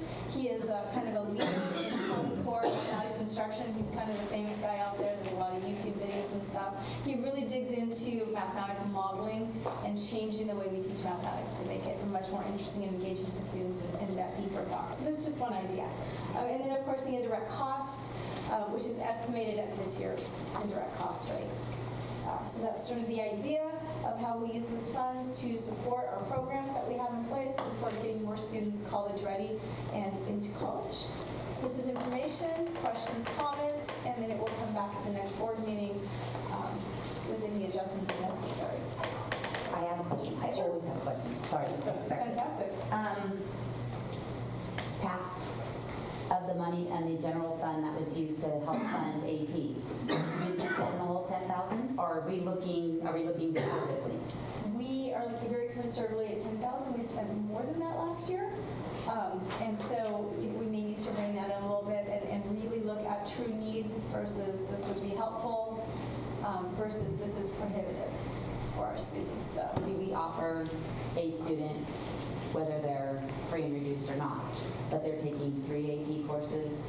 Do we pop the 3 AP tests? Do we help those kids? yes. Yeah, so. Because as a parent of a multi-AP test, that is deadly. Yeah, we sit down. Cost prohibitive. Yeah, I sit down with the students. The actual application for assistance has been out, and students will have some time to submit those, and then I sit down with students and sit down and look at their need. The one thing I do want to reiterate, like Mr. Krokower said, is that $10,000 is definitely less than what we've allotted before. Okay. So definitely have to come up with a system where it is a little bit more conservative than it's been before.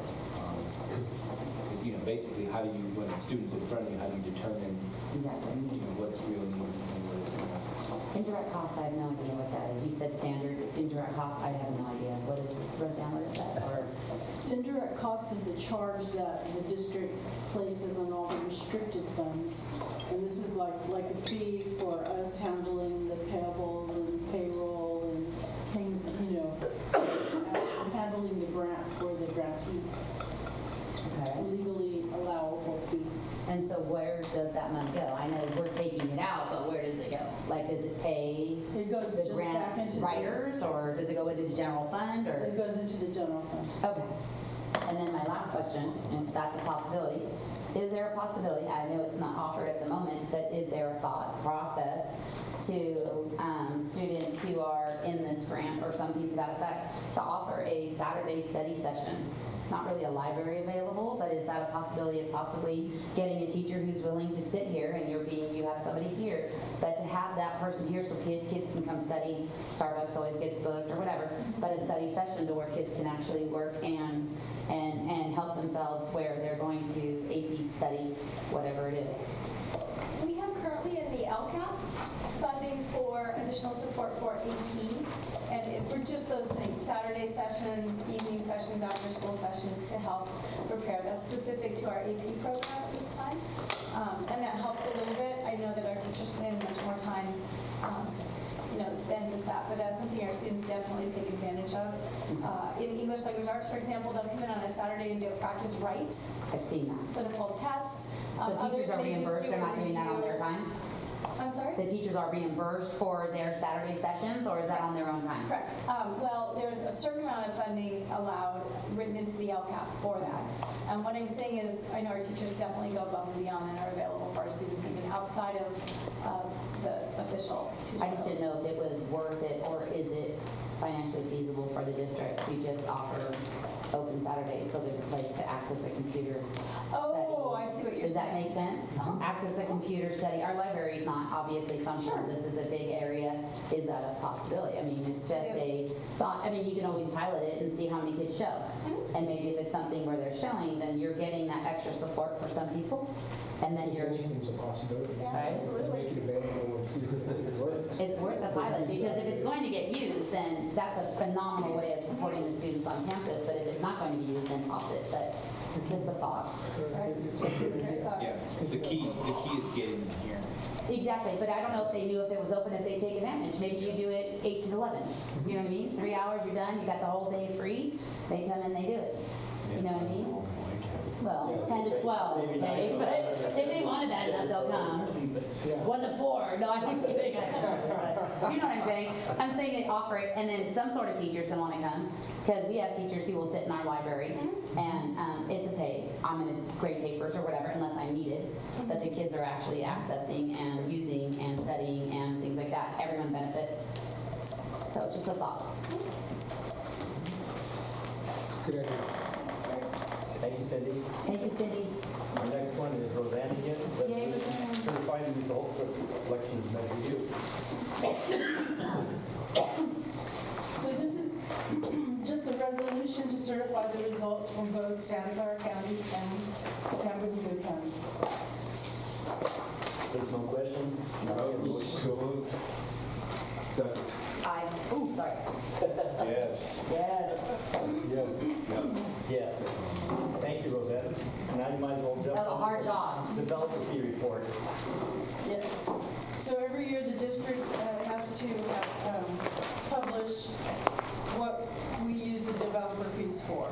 So page 69, in bold, are the level 1 developer fees, $336 per square foot, of which we get $118, or did get, and 54 cents per foot for commercial properties. In September of 16, I just saw a typo, the district, the board approved level 2 fees, and so as of September of 16, we've been collecting $138 per square foot. So the total fees collected were $1,027,000. So we talked about all the growth that you're seeing all around. This is the first year we've really seen a jump in the fees that we've received. It's raining out there. Yeah, it's going pretty good. It's raining pretty good.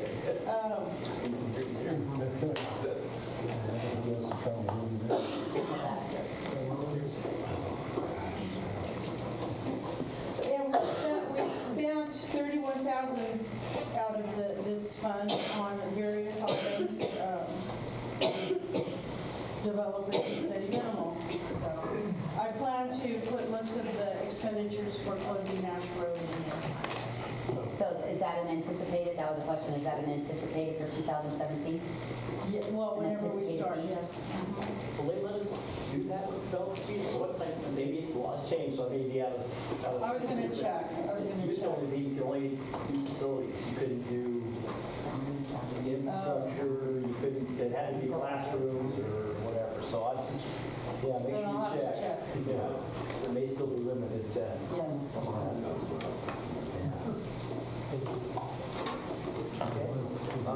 Can I get a motion to approve this, I guess? Accept? Also moved. Second? Yes. Yes.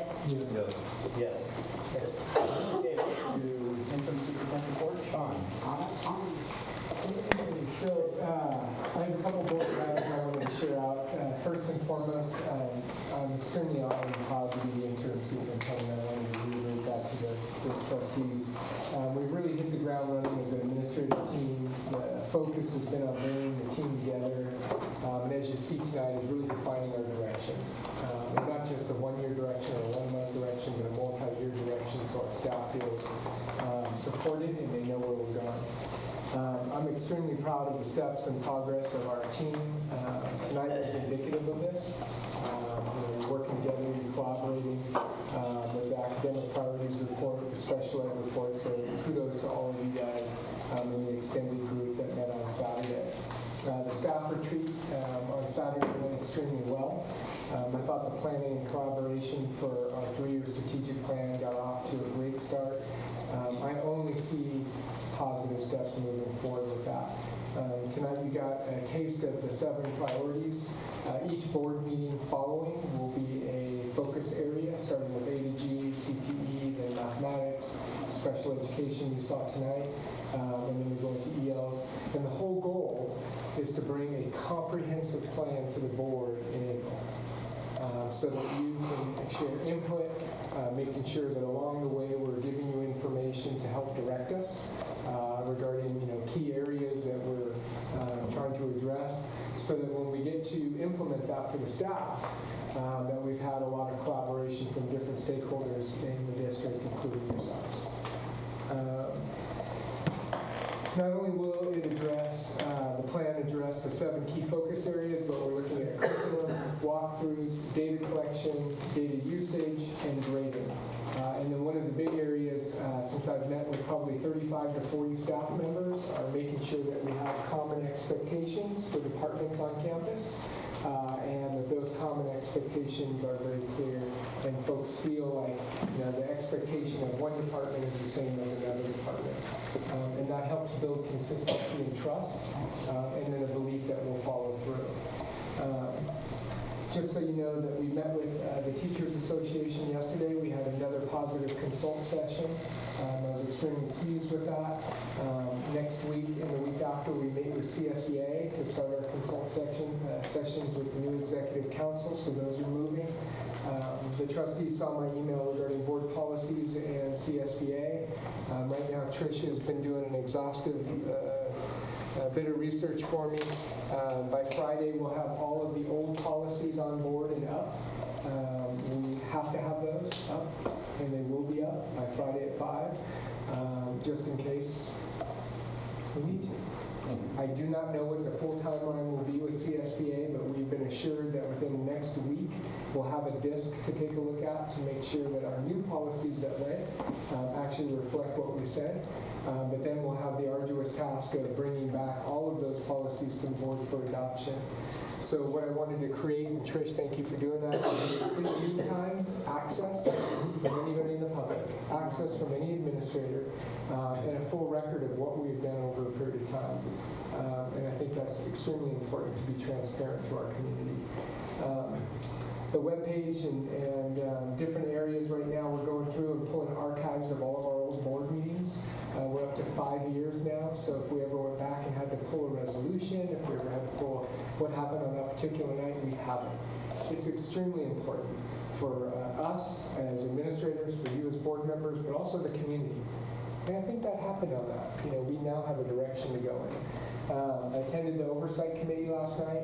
Roseanne and Rob did a tremendous job. Deanna I was extremely proud of. I'll continue to meet with that group. We're going to be in an active recruitment phase for oversight committee members. I was going to say, how many do you have? We have 4 open slots, if I'm not mistaken. 3 open slots. Well, we have to check with Rick. And how many total? 7.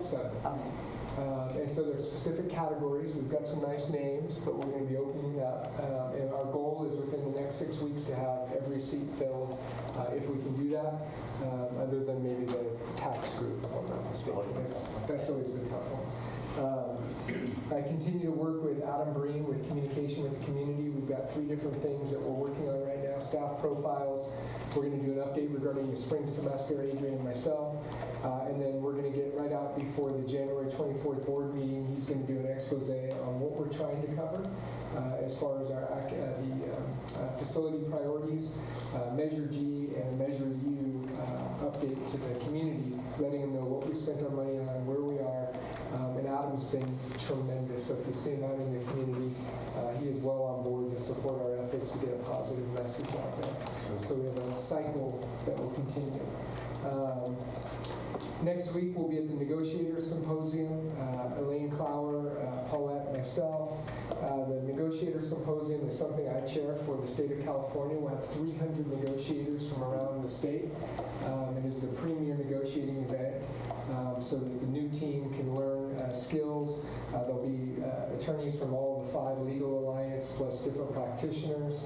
And then the next few months, I'll be presenting at the Personnel Academy on the interactive process. So I'll be there from Friday nights 5 to 7, 7 to 9.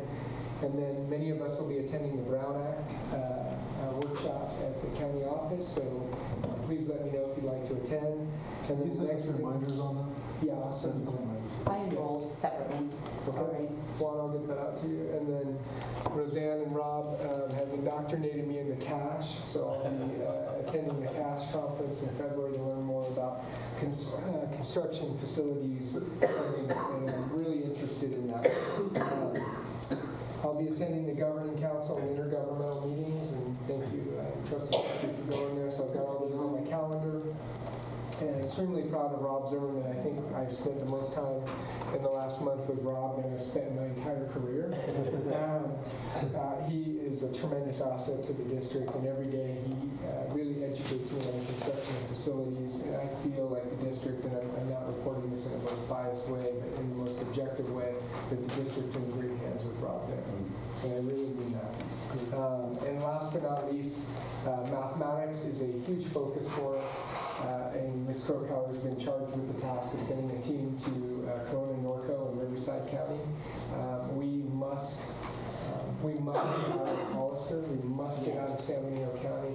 We must see districts that are moving students. And Ms. Krokower will be taking the team shortly so that we can present that back to the board. Thank you. Thank you. And principal report. You can just sit down. Oh, perfect. All right. All right, so, obviously we've, second semester, we've hit the ground running. It's been a while since I've reported out as far as what's happening in terms of school site and what we have going. So as we mentioned earlier, we had our teacher workday on January 3rd, which is a half-day workday for teachers, and then the second half was preparation and classroom planning. So a part of it, as you've already heard, we delivered a message and feedback, our academic priorities, and then had a couple workshops that were teacher-driven. And so Shawn had laid out a goal and a sort of direction that we need to have collaborative leadership, meaning we need to involve more and more staff in the leadership of what we're doing. And so we had four co-teachers who presented a workshop in the library, who put together and worked with myself, Paulette, and Cindi, and put together their experience of what's working for them in the co-taught experience, and also what's not working and what are some of the challenges. And then over in the cafeteria, the other piece of the workshop was specific to English language learners, our EL literacy standards, and routines and strategies that are helpful for working with ELs. So we're off to a great start, and really the whole goal of this, and as we're putting this all together, is we've realized we're really good at good intentions, and it's time to start getting moving and taking some action, and I think the staff is waiting for that. So we're off to a good start, and we need to take advantage of that opportunity. I won't talk much. I had on my list here, we had an initial meeting with our math department. Math is definitely a priority.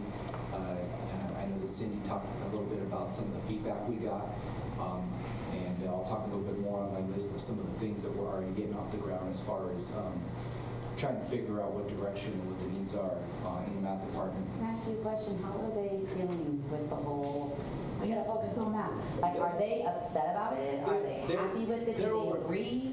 I think I've talked to several teachers since we've had that conversation, and I think you've got a core group of veterans in there, and they've been there, done that. So they're like, hey, your Dan Quinns, your Rick Dukes, your Haley Vandercooks, your Kathy Peakeys, let's go. They're excited and they're ready to go.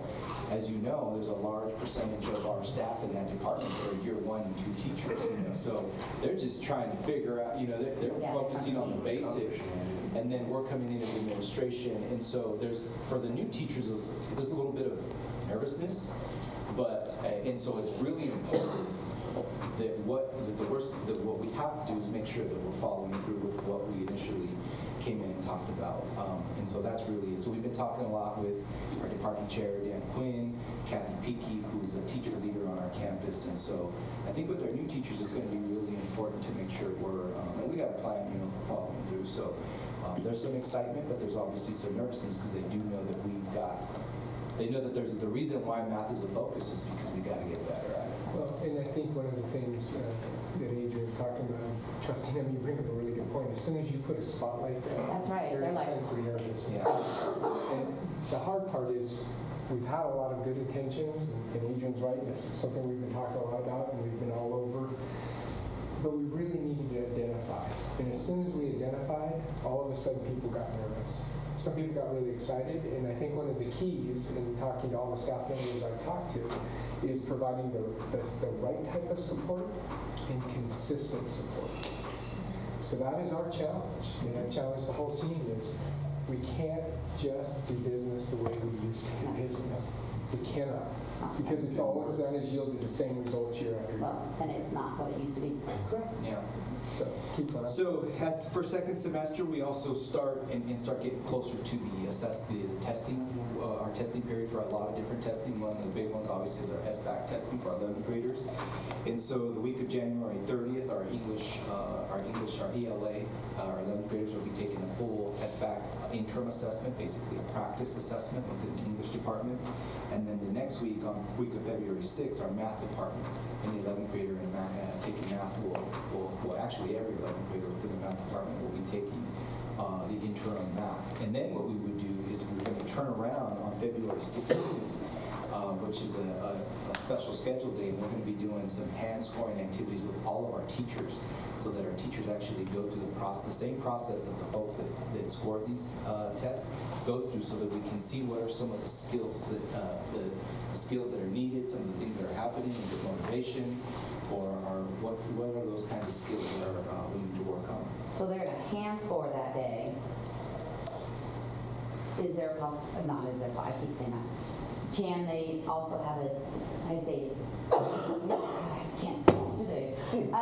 That's okay. Can they have a share-out session afterwards? Because we scored, but you also need a time to just sit and talk about the scoring. Because you're going to score different than you're going to score and you're going to score. And so then after that to disseminate, that's the word I wanted, to be able to disseminate what they did and goal set. Yeah, no, the nice thing about doing this on February 16th, right before the break, and like last year what we did is there was a lot left over to hand score. We actually paid teachers, and there were actually quite a bit of teachers that were interested over the break in finishing the hand scoring. Then that gives us plenty of time before we actually take the actual assessment in April. To be able to, yeah, we have to. So the kids, all the 11th graders are going to take this test twice? Yeah, they're going to take the interim, they're going to take a practice. They're going to practice math in February, and then a math in April, Yes. and a practice English, Yes. and then a real English. Yes. Why do the kids care? I mean, it's not part of their grade. They're going to make pretty pictures on the boat, Scantron. So that for us, that's one of the key points. One of the things that we saw last year, and I don't remember, but we saw AP students, and I was part of one of the groups that was hand scoring the constructive response in English language arts, and we were scrolling, we're like, wait a second, and so we had AP students. So during that time of year, you got a kid taking 4 or 5 AP courses. What do you think their focus is on? SBAC. And the reality is they're taking it for us. Because those AP kids, for example, their trajectory, they're going. And so the big piece for us is just like any other teacher, is how are we making it, what's the relevancy for them, why is it important? So that's going to be the big push. We've aligned, for example, our academic rally right before this, so that, so we're doing, that is a big piece to this, is our 11th graders, what is this like to them? So a question would be is, why are they just waiting till their 11th grade year? Why are there not 4 blocks a year? For not interims, but there are practice blocks to take. So why are we not making them where they're graded 4 times a year as a freshman, 4 times a year as a sophomore? So by the time that they're a junior, they're good at it. access to. Because I know down in our level, they're taking these 3rd, 4th, 5th, 6th, 7th, and 8th grade practice blocks. They're taking them 3, 4 times a year, so that when the SBAC comes, they got it by that point. And then they're going to skip and not do it their 9th and 10th year, and then they're going to go back. It's no different than skipping math like you do and come back to it. Why are we not, if it's graded, that's what I'm going to say, if it's graded, then you've got buy-in because it's a grade. Well, yeah, I mean, they got no skin in that game, and we have everything invested. But if it's graded, That's what we get graded on by the public. But those kids have no skin in the game, and I can tell you from personal experience, the AP kids don't give a lick about that test. And if you keep it, and your results are pretty, I say, you don't have to wait till summer again. SBAC is pretty quick, so it's a grade. You just throw it out there as a midterm or something, weigh it. So that is clearly a key issue for us as we go into and we're seeing it in the practice. But I'm just saying, like, if we stop and wait till, you know, they're taking their PSAT, you know what I mean, and all these other tests, as freshmen, sophomores, they're taking their career tests, things like that. You throw blocks in continuously for your freshman, sophomore, by the time they're juniors, they're acing it. And then it's not again, not caring, because they're good at it. They're gonna whip through it, and they're gonna care, and it's weighted. So it's a thought. And again, the data is not a autopsy. Your data comes back pretty quick, and you're able to see that, like, hey man, they blew that off. Because the whole thing of this SBAC test was, you're supposed to be able to take it at the beginning of the year, and then you're supposed to teach to where their deficits are, so that when they retake it, you fill the holes. That was the initial plan of this SBAC. But being that we all keep waiting until April, right? But again, I know you can't give it now on things that are tested at the end of the year, because you know you're not gonna know. But it's still, if you're giving interims little things, and again, you have mastery. And it's not ooh, what do I do for the day? And they're not gonna blow it off. Yeah. And weighted. Thank you. Those are all good. Good suggestions. I mean, obviously, SBAC, it's one of the biggest grades that we get. It's how we're graded now. And we don't get to take the test. You got a bunch of juniors in high school taking the test, don't care about it. Right. Yeah. And they got no skin in that game. They don't have a fight. So when we come, how do we change it? How do we make them accountable? and as we come back in the future, we'll obviously, I anticipate that we would bring some of these things back. I think that we need to That's true. Yeah. address this in the strategic plan, Adrian, is that how are we going to look at it as part of our data usage, our data collection over a period of time, so that they are prepared intrinsically. Well, and it is Just for Blaine reminded me of my job. This is a report. Oh, time limit. If we want to agendize this, then we should agendize this for a few times for discussion, so. have all this discussion. Yeah. Okay. So Appreciate it. But it's my fault too. another is pre-scheduling of incoming ninth graders. That's going to begin on Tuesday of next week after the 3-day holiday. Our Mrs. Grissom and her team, counseling team, will be out at the feeder schools, and they'll basically be out for the next 2 weeks after that. We've got an additional feeder school with Polish Dual Language Academy, so that class is approximately about 60 students, and so they'll have their first graduating 8th grade class. So anyhow, that process will be going on, and that'll allow us to come to the board with some initial projections as far as enrollment and courses, master schedule. Update on division reports to the board. Our DC team has been working since the beginning of the semester on division reports, bringing them to the board. What I wanted to ask the board is, before the break, we had set a tentative date of February 7th, and we were discussing whether to do this during the day. That was, you guys had asked me what was the preference, and so what I wanted to do is just get some, ask the board if that still was the case, and that way I can get the DC team date so that we're ready to come forward. And this is going to see them during the day, so they don't have to come report at night, correct, or no? However the board, I know that if you ask us as a DC team, we would prefer to do it during the day, but with whatever the board's pleasure is, we would. I talked to Shawn a little bit about this over the break, and asked him what the division chairs would prefer and what would work best for us. And kind of the, I think, consensus, I don't know, is that they come in and give, 2 of them maybe a month, will come in and give a short 5 to 10 minute, these are the good things, these are the bad things for the people that are here, the board and the public. And then that month, they open up their classrooms to the board, and the board schedules time to go walk through the classrooms. So it kind of hits both things. They're not spending the whole night.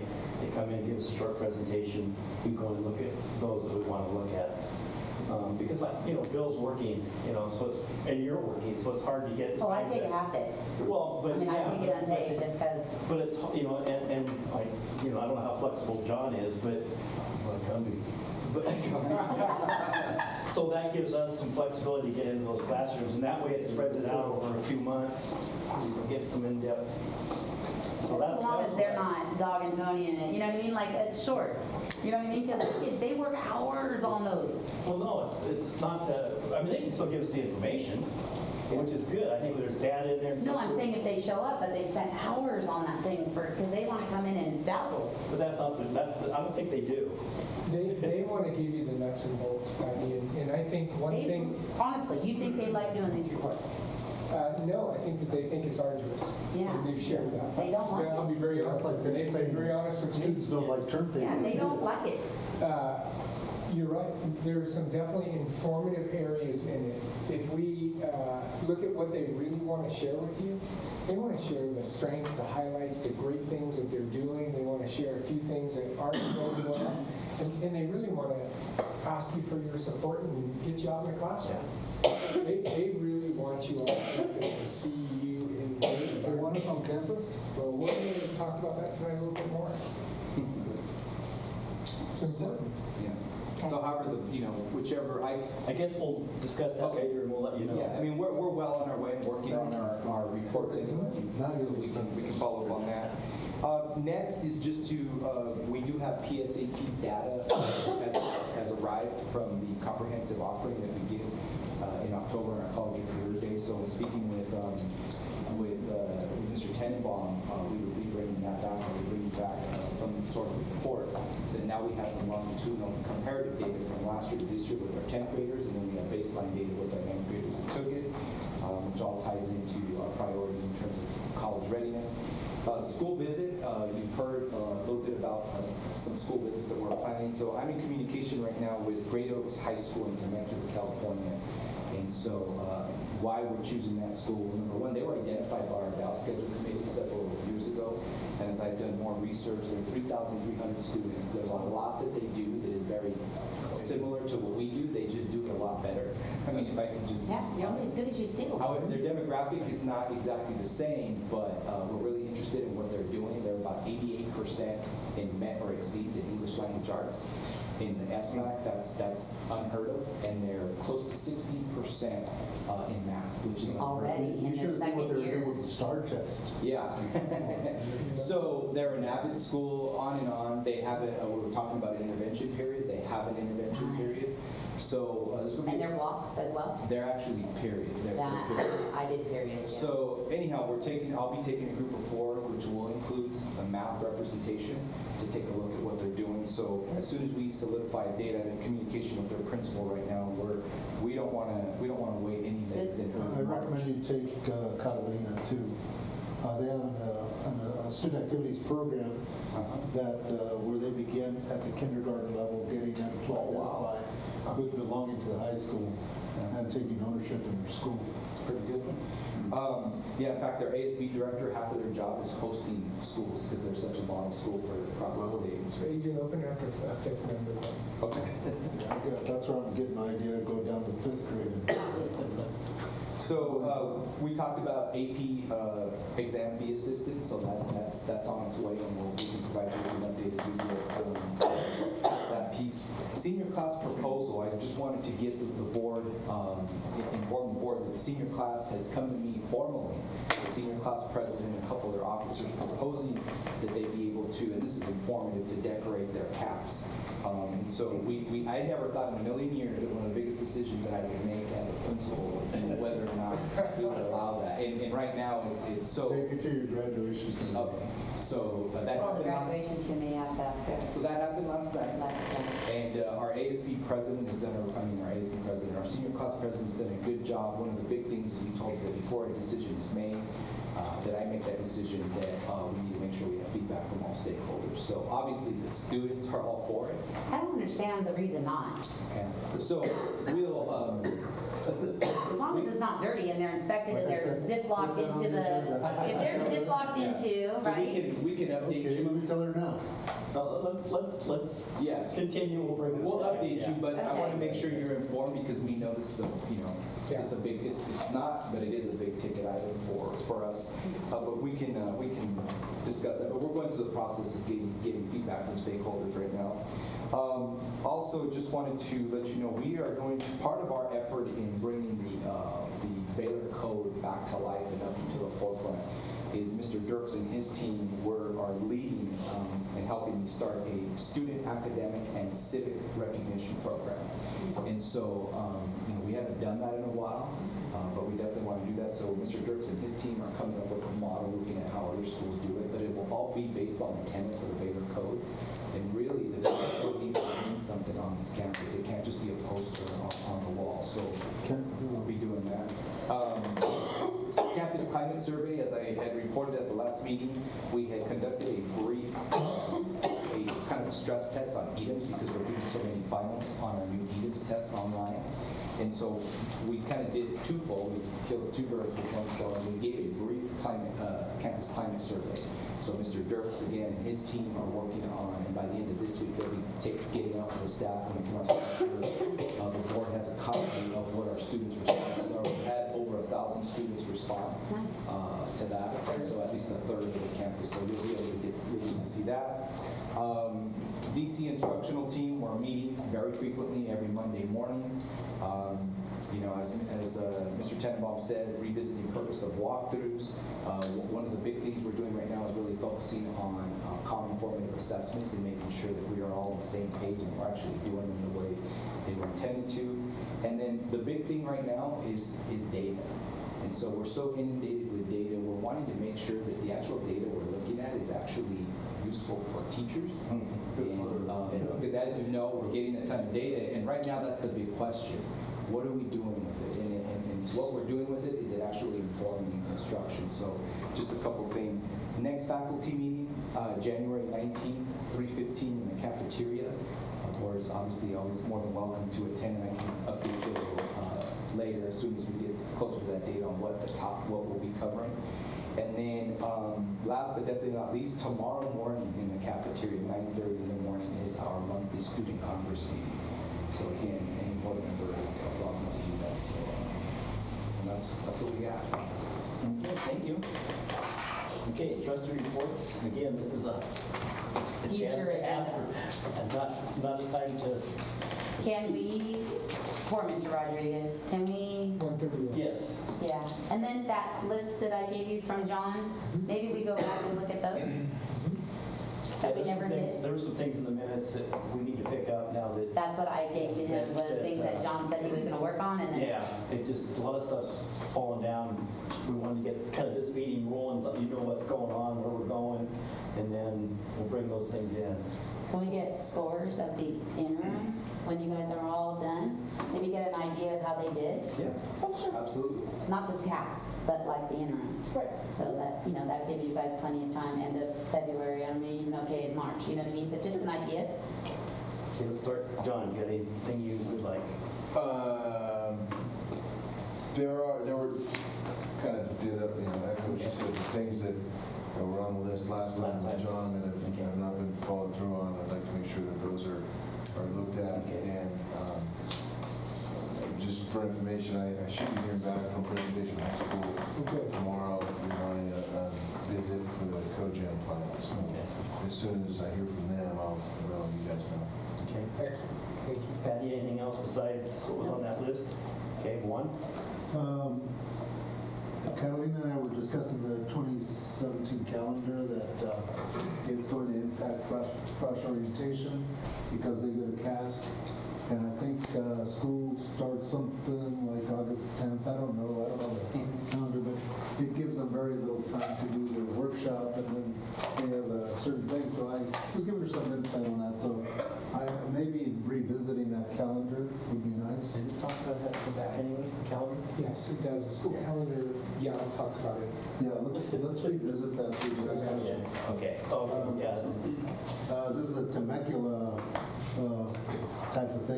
Tomorrow and Friday, I'll be at Lad Lane with fifth graders. I've been doing this. I did it for Kaya's class. She's an eighth grader now, but I'm doing it for Jada's class. And what I'm trying to do is implement something that might start it, but I'm just giving you this information because I'm asking for participation from leaders. And it's not a lot of people, but once in a while you take a football player or a cheerleader, and these people are heroes to these people.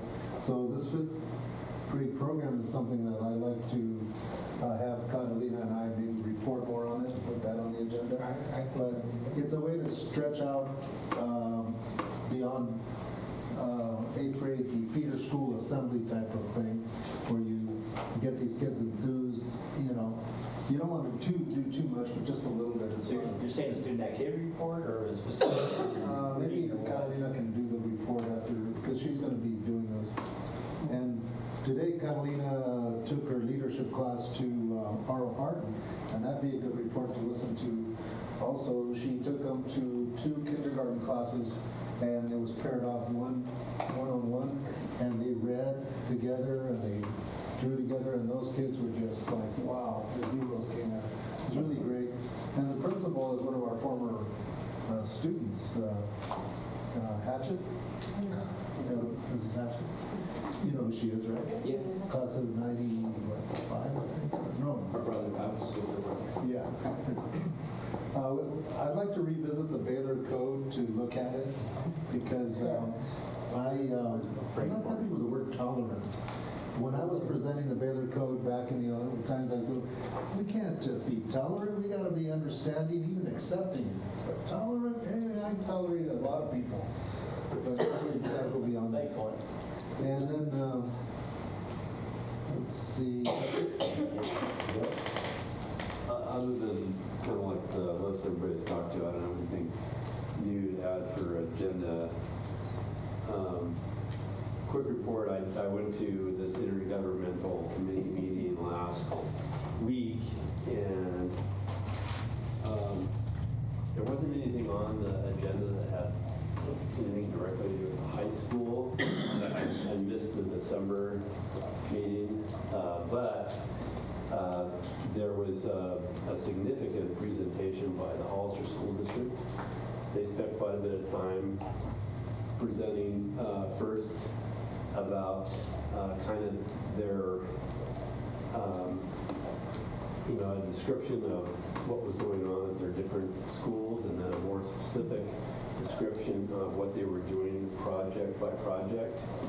And I didn't volunteer because I didn't volunteer that we would do this because I wanted to talk all you first, but I think that it would be valuable for you, Shawn, and whoever else you want to take with you to do that kind of presentation. I think that this committee would welcome it. It's interesting to me, to have this group that seems to be, you got people there from the city, the county, and Chris Lamonto, and San Juan Bautista as well. And so they're for the first time that I can see around this community, they really are talking about what can we do together rather than what we're doing separately. And they seem to be very interested. Like, they asked some really good questions of the Hollister School District, like, how many more schools do you guys think you're going to need? Apparently, Hollister School District has a demographer that they have a contract with, and they have these growth projections, which I'm wondering if we couldn't ask them to share that with us.